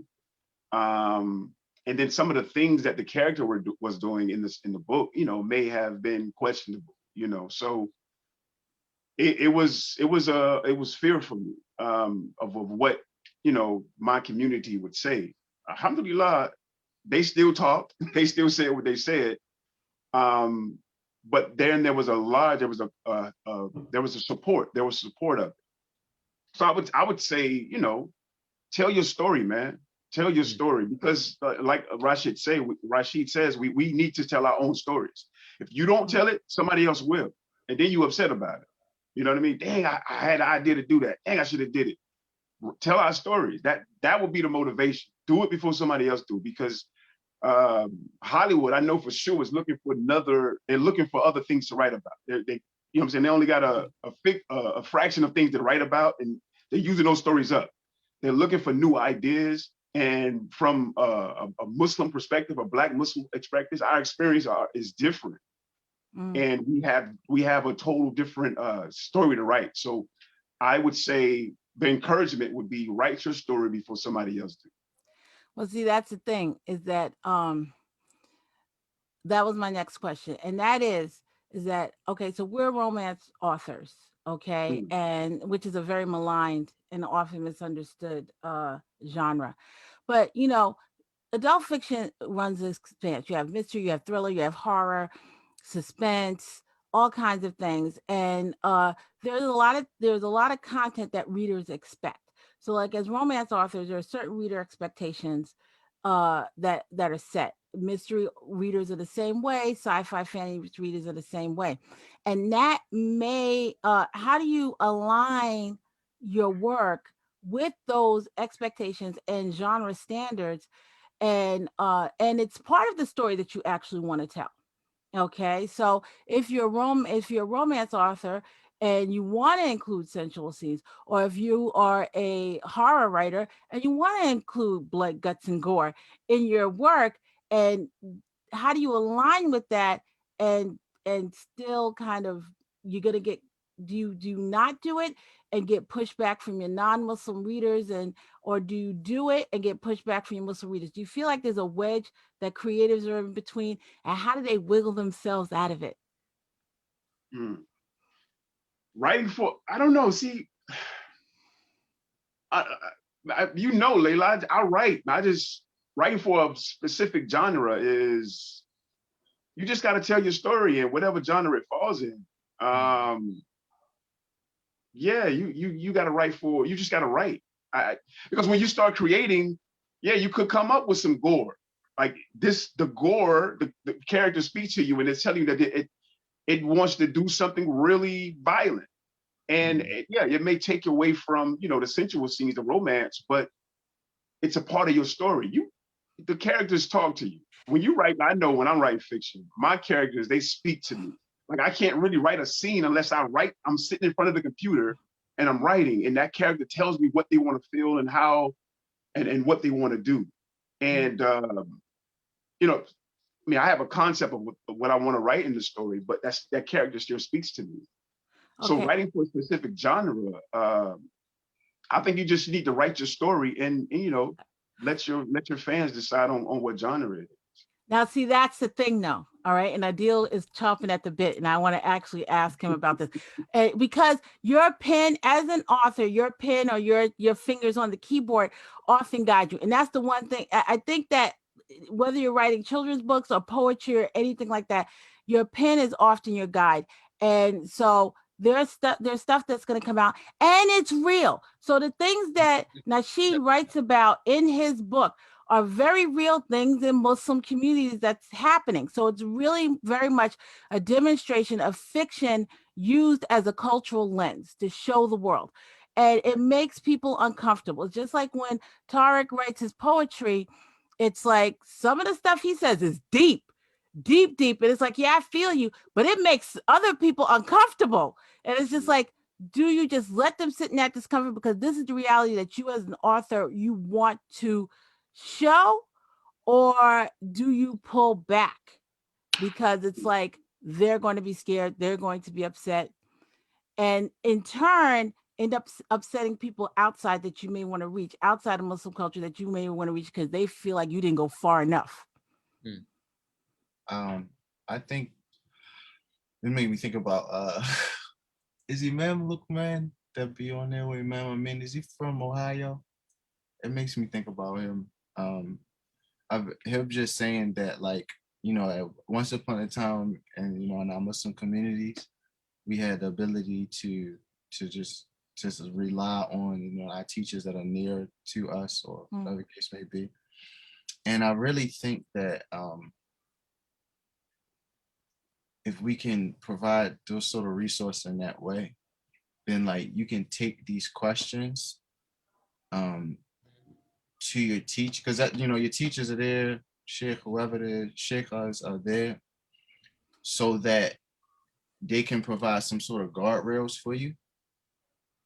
And I think a lot of the things that like we run into, we may just need to reach out, you know, maybe a sister who's studied a lot, studied a wealth of knowledge, pose a question, if that's available. I'm saying if that's available, pose a question and get a response. But I think a lot of times, you know, if we don't walk through that process sort of with them, let them see a draft or something like that, or tell them about it, then we end up, and every writer knows, when you get to the end of your thing and you've done it, you feel like it's the best thing on earth.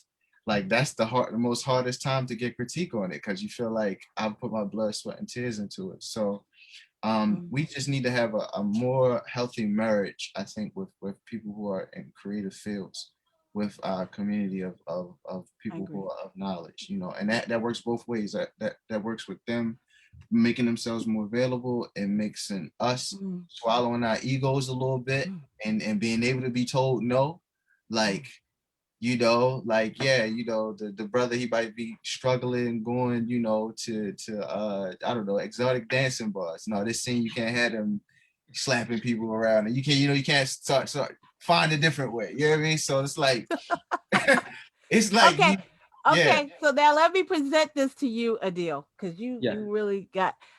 So I do exactly what Tariq says, all right? And I go to the sheikha and that person, because remember, scholars are very much products of their environment, okay? That's the reason why you have we have books with scholarship that says some racist, misogynistic, xenophobic things. Okay. So ultimately, that person is very much a product of their environment, and they may be uncomfortable with what it is that you're writing.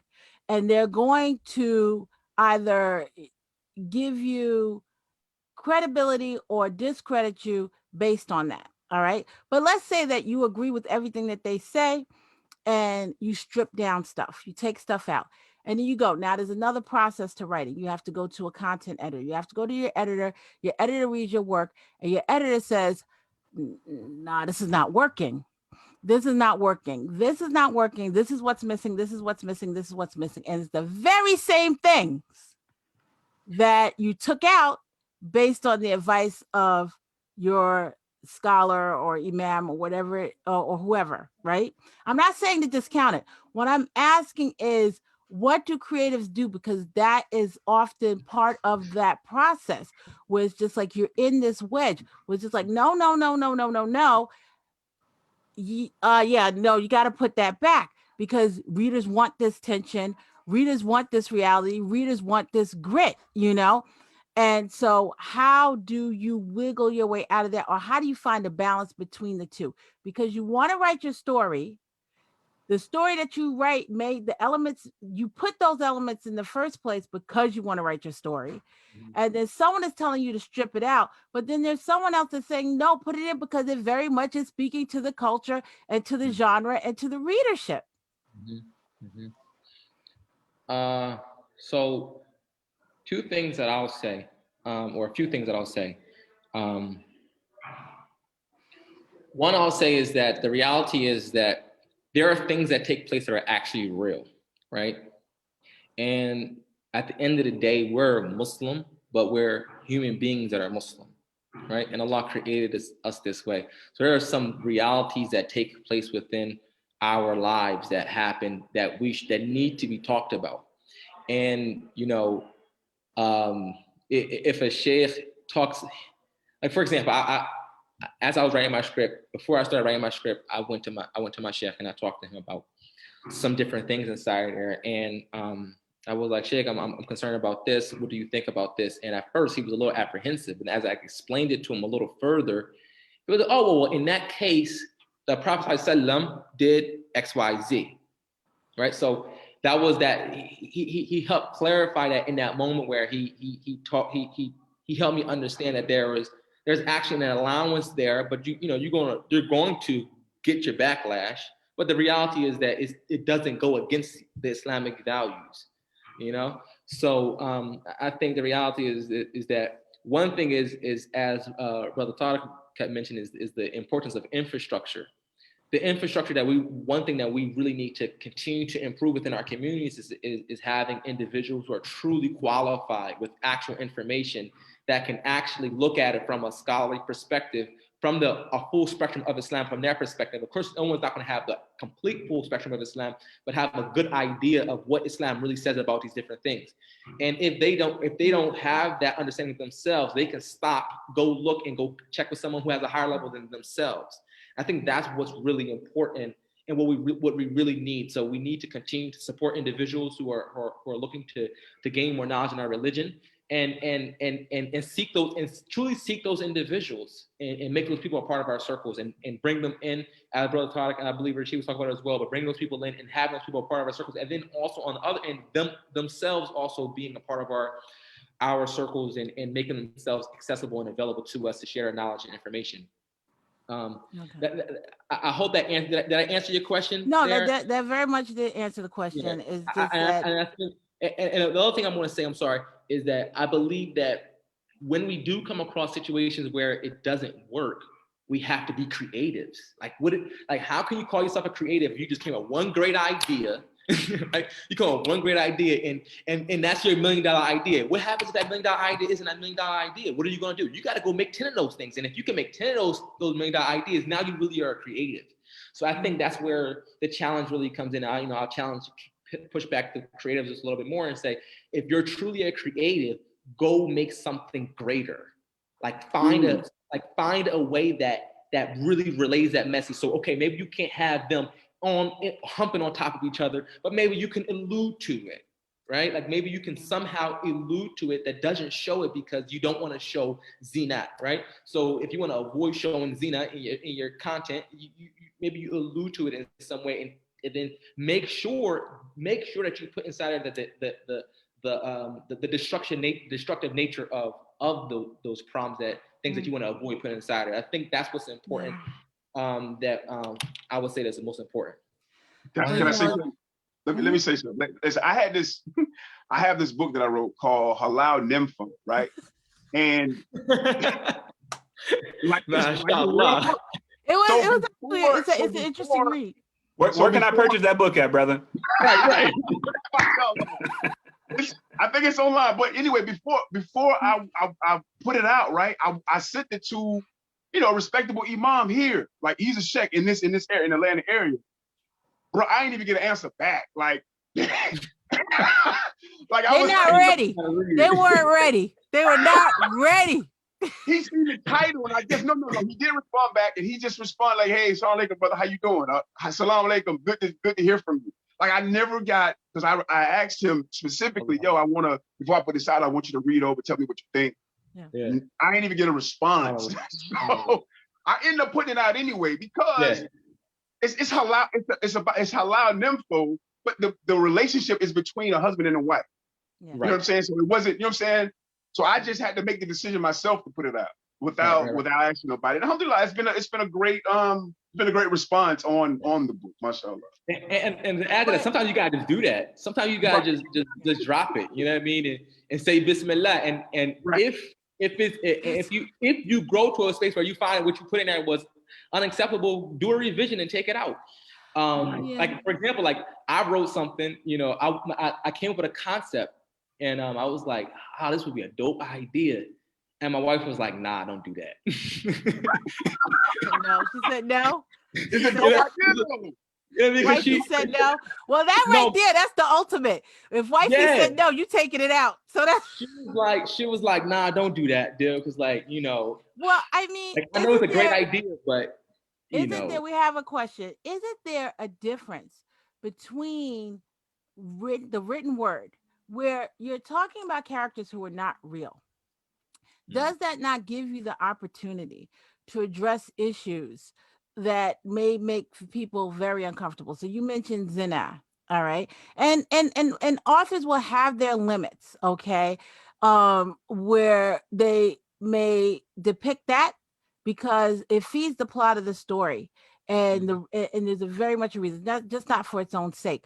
So these characters are not real people that are actually doing this, and it could be very much a difference. Like I cringe at the thought of anybody putting any of my books on film because I know that there are scenes in it where I would not want that to be happening on film. It's just like, no, you can't get two people to do it. These are imaginary people, and so do you think that literature affords an opportunity to really address some really strong issues, okay? Because they're not real characters, so no one's really being intimate. No one's really slashing another person's throat. No one's really blowing up a building. I don't know why I said blow up, so now we're going to get a lot of things. So is there a difference? Does literature afford you that opportunity to go further as a Muslim creative? Open question. I would say it does, but at the end of the day, I believe, this is my opinion, we as Muslims and creatives and people who are guiding people, because at the end of the day, your content is a guide for someone. And it's a guide for someone's life being shaped, their thought process is being shaped. So I think that we have a responsibility to make sure that the content that we put out there is, if you put something like I believe that it's okay to put something like that inside there, but if you do it, you should put the lesson inside. Like make sure that the lesson is like in bold. Although people are not going to see the lesson, all they're going to see is the them getting busy. You know what I mean? Like, all they're going to see is them getting busy. They're not going to see the lesson. But you relieve yourself of the burden or the responsibility because you put it inside of there. The harms involved. For example, I'm going to give an example. I'm gonna give a couple examples. Allah subhanahu wa ta'ala says in Surah Baqarah, can't remember the exact verse, but the verse that Allah talks about Prophet Sulaiman, and he's clearing Prophet Sulaiman's name of when the people accused Sulaiman of doing magic, right? And the Harut and Prophet, Harut and Marut. Now, so Allah subhanahu wa ta'ala says that he sent two angels to teach the people magic. But before the angels taught the people magic, the angel will tell them, Allah commanded the angels to tell them that I am a test for you. Do not do this, because if you do this, you are going to be of the losers, right? So, but if the people did it, then their iman will leave them, and they would have no choice, have no ability to basically, be saved. So that's a demonstration that, here Allah tells us that He sent His angels, and this is an unscholarly opinion, of course. I'm just sharing from my understanding of the verse and just sharing it. But Allah shares that this is He sent the angels to do that, but there was the caveat, or it was prefaced by the angels telling the people, don't do it, because if you do it, this is a test for you. So I think what's important is that we do that. And the other thing is I'm gonna go back to that creatives have to be creative in their ability to really narrate certain things. The Prophet ﷺ was very. He was the best. He had 11 wives, 9 of them, right? And he was intimate with all his wives. So he was very, you would imagine he's very sexual. And even inside of some hadith, the narrations that shows how intimate he actually was, right? But in his narration of the intimacy, he didn't use vulgar language. He narrated in a way that was eloquent and that befit his position as a Nabi. So I think that we have to follow in that process and try to come and get a middle lane. What about the creative? What about the creative who just wants to tell a story, not necessarily be a da'i or anything like that in their story? At the end of the day, we all are da'is. At the end of the day, the responsibility of a Muslim is to be a da'i, whether you want to be a da'i or not. That's the reality. That is a strong reality, because what you do manifests onto your limbs. And what manifests onto your limbs is ultimately shows people what is right and what is wrong. So someone may see you do something wrong, and they're going to believe that is what Muslims do. Or you're going to do something amazing, and that's what they're going to say, that's what Muslims do, because the amazing things is what Islam teaches us to do. So at the end of the day, I think everybody has a role, whether they want to embrace it or not, to be a da'i. And it's just you got to just embrace that responsibility, unfortunately. Okay, so I have a few questions. This one's for Brother Adil. The without eyes opinion is hotly debated. There is much adillah on both sides among the ulama. However, for children, especially for Muslim children who are still building foundational skills and who have limited literature options, offering accessibility, inclusion, and support was necessary to me as an author. I don't know who the author is, though. Yeah. As such, how do you plan to make your books in the future more accessible for children who are not neurotypical? Yeah. So to answer that question, it's very simple. My goal right now is try to. I'm looking at my akhirah. I try to take account of my akhirah as much as possible. And what I don't want to do is I don't want to go before Allah and I have a bunch of sins that I have no recollection of what I did, but those things are because I misguided people. So I'm not saying that it is a misguidance to, is misguided to have eyes. I'm not saying that, but just in my own personal opinion and my own personal choice, I've chosen to avoid it. And the lead that I have seen so far from my limited ability to really go into the dalil, I haven't seen anything to tell me it's okay for me to do it. And I still want to safeguard myself. On the other part of the question, and that's like my own personal opinion. Like there's a difference of opinion. There's multiple opinions across the spectrum whether it's okay. Like Aisha had a doll that was a animal, and people use that as as a way to basically say it. The scholars say that it's okay because you're dealing with children, et cetera, et cetera. There's all the different opinions, but me personally, I try to say for myself, and then also my illustrator, she's like, I'm not touching it. I'm like, I love your art, so I'm gonna go with it because inshallah, Allah will take that and use that as a way to basically give us His mercy on Yom Al-Qiyamah. On the other end of that question, though, is the fact that there are children who have benefited from my kufa without eyes, who are on a spectrum, and they love the book. So the eyes are not a necessary component for those children who are on a spectrum to benefit from literature.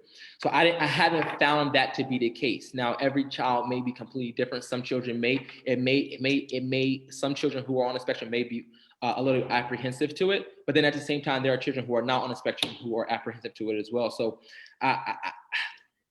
me personally, my akhirah is a little bit more important to me. I'm just put my intention. I try to make sure my intention is correct, and ask Allah to continue to guide me in this process.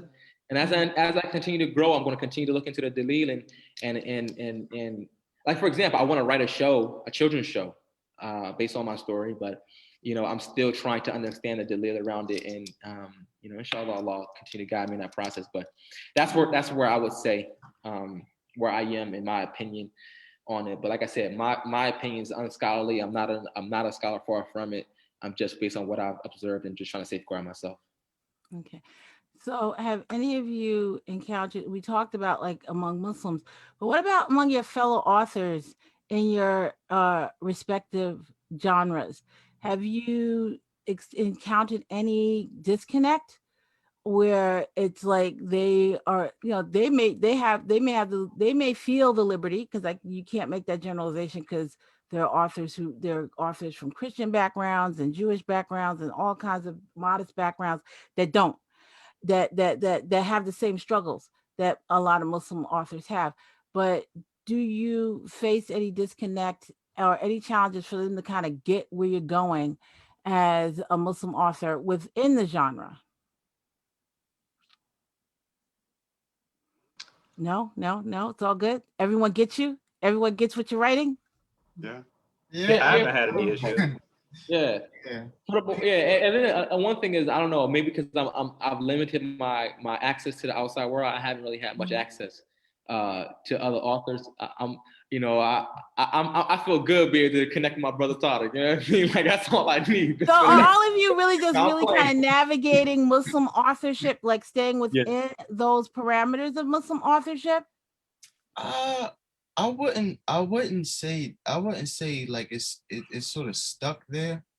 One of my great writing mentors is D. Watkins, and he, his perspective is race, explained from the bottom up, racial situations in America, racial injustice, the Black American community. Well, I guess maybe what I could say about that is that, like, there are gonna be certain departures that people as adults are gonna make within their work. Like, if you take this to your teacher and they like, nah, and you go forward with it, then that's a departure that you decided to make. It shouldn't be any bad, and sort of any bad blood, because it's like you're an adult.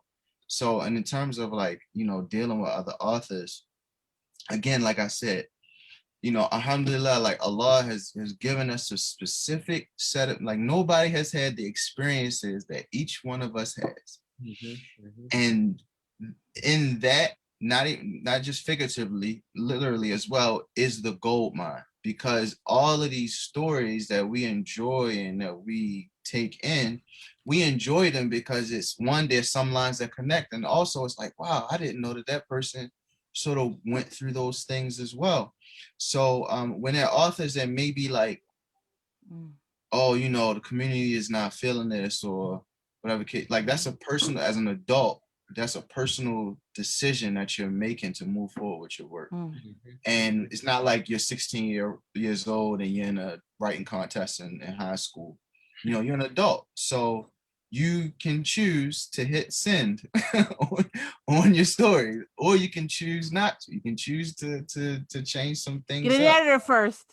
Yeah, Get an editor first. get an editor first. You can choose to do the whole spectrum of those things, but I think that, and it's probably just a larger thing that we're gonna have to just address as a community, is that there are people who are gonna review your stuff that's going to say no. Like that's the nature of, that's why they're there.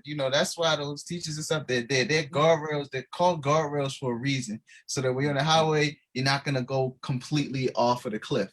So if they're there and you hit them and they're like, oh no, I don't know about that, you say, okay, cool, and then you move how you're gonna move. What we don't want to do is, hey, I'm gonna search you on every interstate in America to find a way so that I can get off on the exit. There'd be no point in having your local folks that you go to be honest. There's no point in having them then, if that's the case. And then that also shows a lack of trust. And then maybe you really don't believe that person has your best interest at hand. If you can't sort of like lay down your sword and be like, all right, I'm gonna listen to what you say. So yeah, that's how I feel. And that may not I have one last very provocative question, and you guys are supposed to be releasing some of this ink. Okay. And that is, and I'm asking each one of you, oh well, Adil, you're gonna encounter this, right? What comprises your readership more, Muslims or non-Muslims?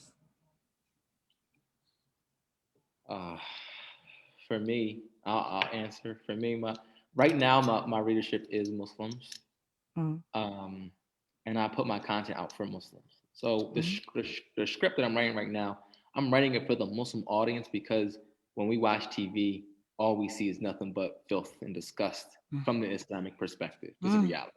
Okay.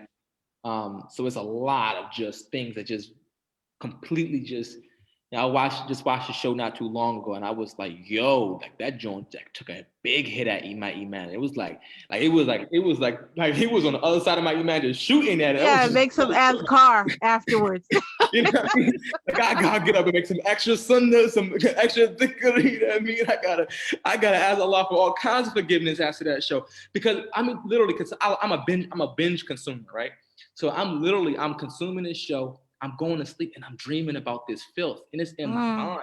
So I'm getting up like stuck for a lot. Like that's not good. You know what I mean? So my thought. I lost my thought, but Muslim or non-Muslim readership, which makes up the majority for you? Yeah.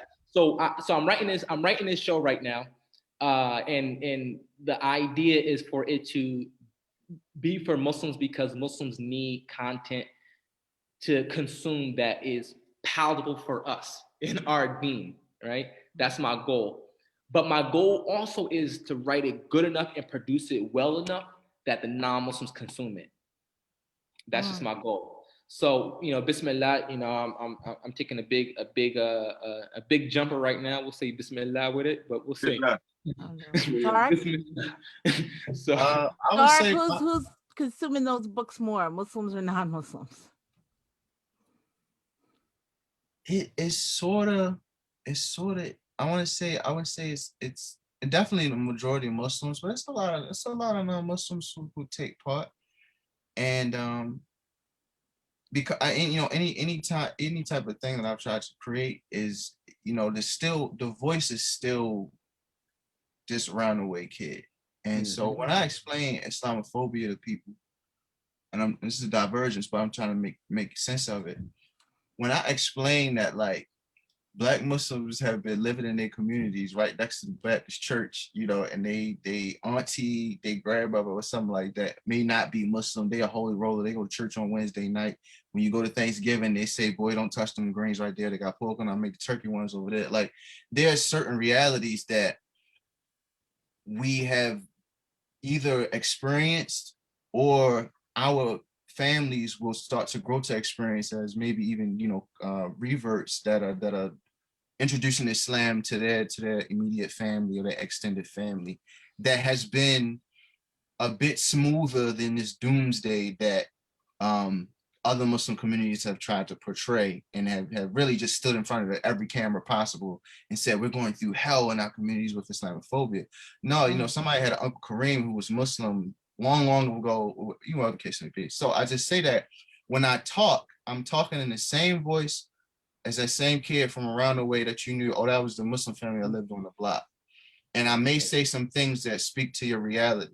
And if people don't really get that, then I might not be talking to you. You know, I might not, but I'm confident enough that there are enough of our folks who know that experience, Yeah, and know it to be true and enjoy that experience, that we can thrive as authors. I'm confident in that, and we have to be confident. Do you feel like if you were to strip that element away, so there's a lot of Black Muslims, Black Muslim youth, you know, this, you know, our Blackness is a part of us, so that includes our traditions, our perspectives, and everything like that. Do you feel if you start to strip that away in order to satisfy people's arbitrary decisions of what piety is and what Islamic values are and what Islamness is, that you will lose those Muslim readers? Again, it's back to sauce. We got our own sauce. You know, we got our own sauce. One experience I had, you know, my daughter's name is Sanat, right? That's proper pronunciation, but we call her Sana, right? So one of the things I explained was I had met a brother and I said her name. I was like, oh, her name's Sana. He was like, oh, no, Sanat. And, you know, in the back of my head, I'm like, I know how to pronounce it, but this is sauce. This is sauce speaking to you. But if we were in West Africa and somebody said Muhammadu instead of Muhammad, nobody ever will correct that person and be like, no, actually, brother, it's Muhammad, not Mamadou, right? Muhammad. Right. So the minute that we decide to take away that sauce, then we've lost our flavor. We've lost our particular, you know, our particular angle of how Islam is embraced among us. So yeah, I mean, once you strip it down, it's going to be somebody else's manifestation of it. And you go around the world, Islam is rooted in the very same things, but the way it may be presented may be a little bit different. And like, we can't look at ours, you know, down our nose and be like, you know, this is some bastardized version. Or no, man, it's sauce. We should embrace the sauce.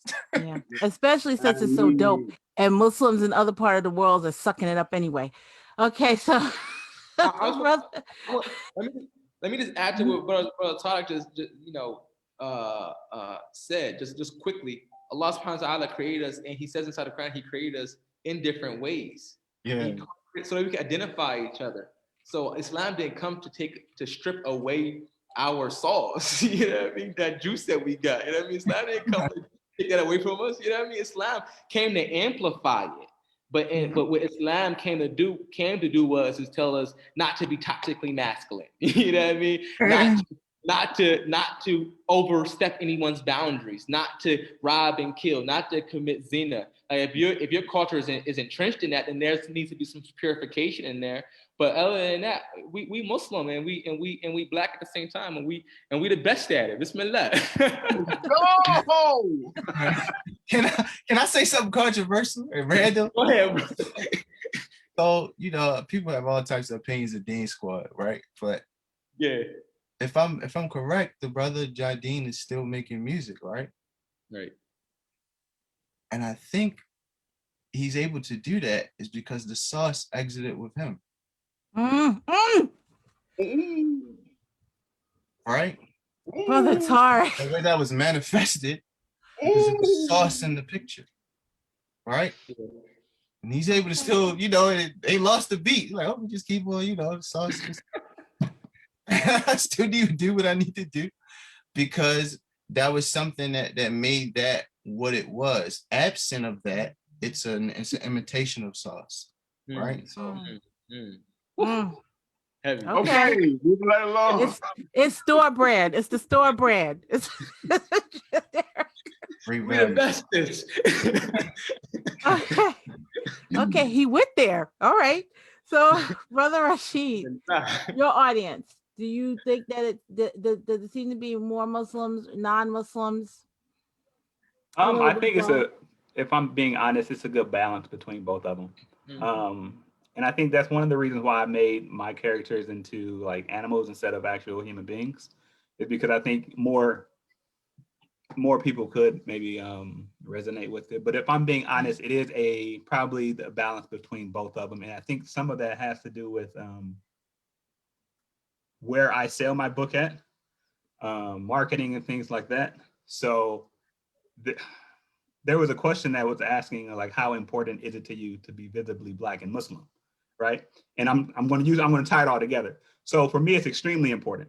And one of the things that I do is, outside of any Muslim like this is a Black Muslim author forum right here. So I wear my hat. Outside of when I'm in the world, I have a kufi on. And one of the reasons why I chose to wear this hat is a shameless plug. Number one is Brownages. So this is my other company. So please go out, support Brownages, brownages.com. But that's where you can get my purchase my books as well. So a lot of people that they go on the website and they will purchase the books, and the audience for brown skin bandages is pretty much everyone. It's not necessarily just Muslims. So alhamdulillah, for me, I think it's a good balance between both of them, between Muslims and non-Muslims. Hey, make sure you put that in the comments, man. So the link in the comments, so we could. I think that they already did, but I'll make sure that they do. Okay, Nasheed.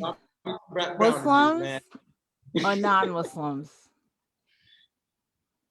I think my Muslims consume my right. MashaAllah. Muslims consume my right.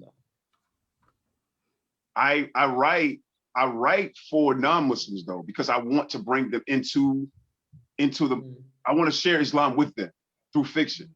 I want to share Islam with them through fiction. So a lot of actually, you know what? A lot of my stuff I write for the bros, man. I write stuff for dudes, like for real. Like I want the bros to pick up. I promise you. They need to learn. My first book, Her Justice, I wrote that for the bros, man, and especially Halal Nympho. I wrote those for the bros because, I mean, it's because it's a lot of there's a lot of action going on in it. Like, for us, I know that's what we need. We need something to hold our attention. You know what I'm saying? There's a love story in it, but there's a lot of action in it, and I'm getting to the mindset of what a brother would go through in the community, and I think bros could relate to those things a lot more. You know what I mean? My Her Justice 2, the second book, I wrote really for the bros, but I wrote really for I guess everybody. I wanted everybody to be included in this one, inshallah.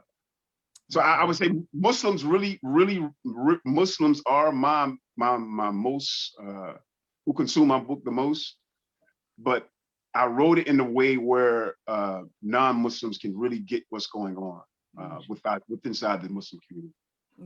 Yeah, that's important to a lot of Muslim writers. Just real quick, who's in Intisar? Intisar? Did any of you guys know Intisar? That's my wife. Okay, buy her some flowers, because sis been holding it down in this comment section. She is not playing. She put those Brownages, she put that website right up. She's like, oh, what do you do? My baby. Oh, it's right there. So she deserves a gift. Alhamdulillah. All right. The wife is holding it down in this comment section. Okay, Jazakallah, I'm out. So you guys can release some ink. All right, inshallah. Thank you. Sorry. No, I think we want to close. Well, we're close. We're finished. I want you to close it out. We're done. There's no releasing of the ink. There's no readings.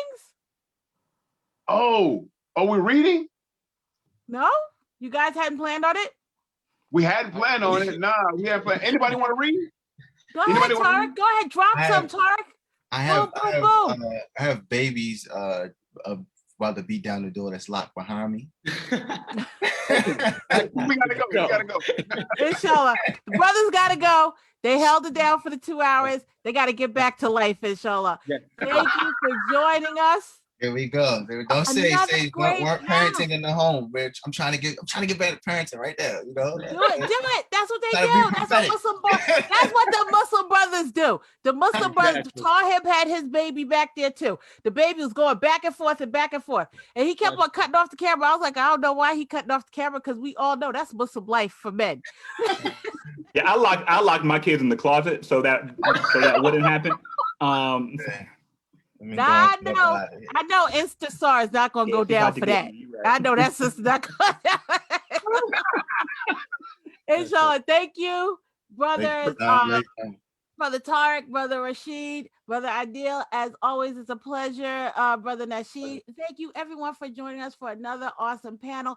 You guys blew this up. These comment sections are going. This was a fantastic panel. I'm so glad that Jawari suggested it. Inshallah, we have 2 panels left. So do not forget, our next panel is Thursday evening, our self-help authors. Okay, so we know how important advice is in Islam, and so these authors are taking it upon themselves to write books to help the Muslim Ummah. So do not miss it, 7 p.m. on Thursday, inshallah. Thank you for joining us. Remember to visit us at www.aboutislam.net. Thank you to our panelists and our great sponsors of the Black Muslim Authors Conference, NBA Muslims, Muslim Girl Reads, Every Kind of Lady, Muslim Anti-Racism Collaborative, Heart Women and Girls, Hold Hijab, the African American Muslim Alliance of Tampa, the Muslim Connection, and Daybreak Press. Look at, I got their names just like come right off my tongue now. Yeah, for real. You ain't even look at nothing. I don't look at it anymore. I've been doing it so much. Do not forget to register for updates, okay? And the link is in the comment section. And there are special giveaways that our people who register for updates have access to. Visit our conference page at www.pathheals.com/NBA Muslims/blog/NBA Muslims/BMACon. There's a lot of great stuff going on there. We're going to be having a book fair next weekend, and you have access to all of these authors and their books, information about their websites and everything like that, information about our sponsors. So please visit it. Don't forget to visit our Teespring store, where we have our great being black on both sides. See, everyone liked it. You know, we got t-shirts, right? Being black on both sides, t-shirts and sweatshirts and everything like that. So visit our Teespring store and be on the lookout. Well, actually, you don't have to be on the lookout because you're going to register for updates. So we will see you at the next fabulous Black Muslim authors panel. Assalamu alaikum. Wa alaikum salam.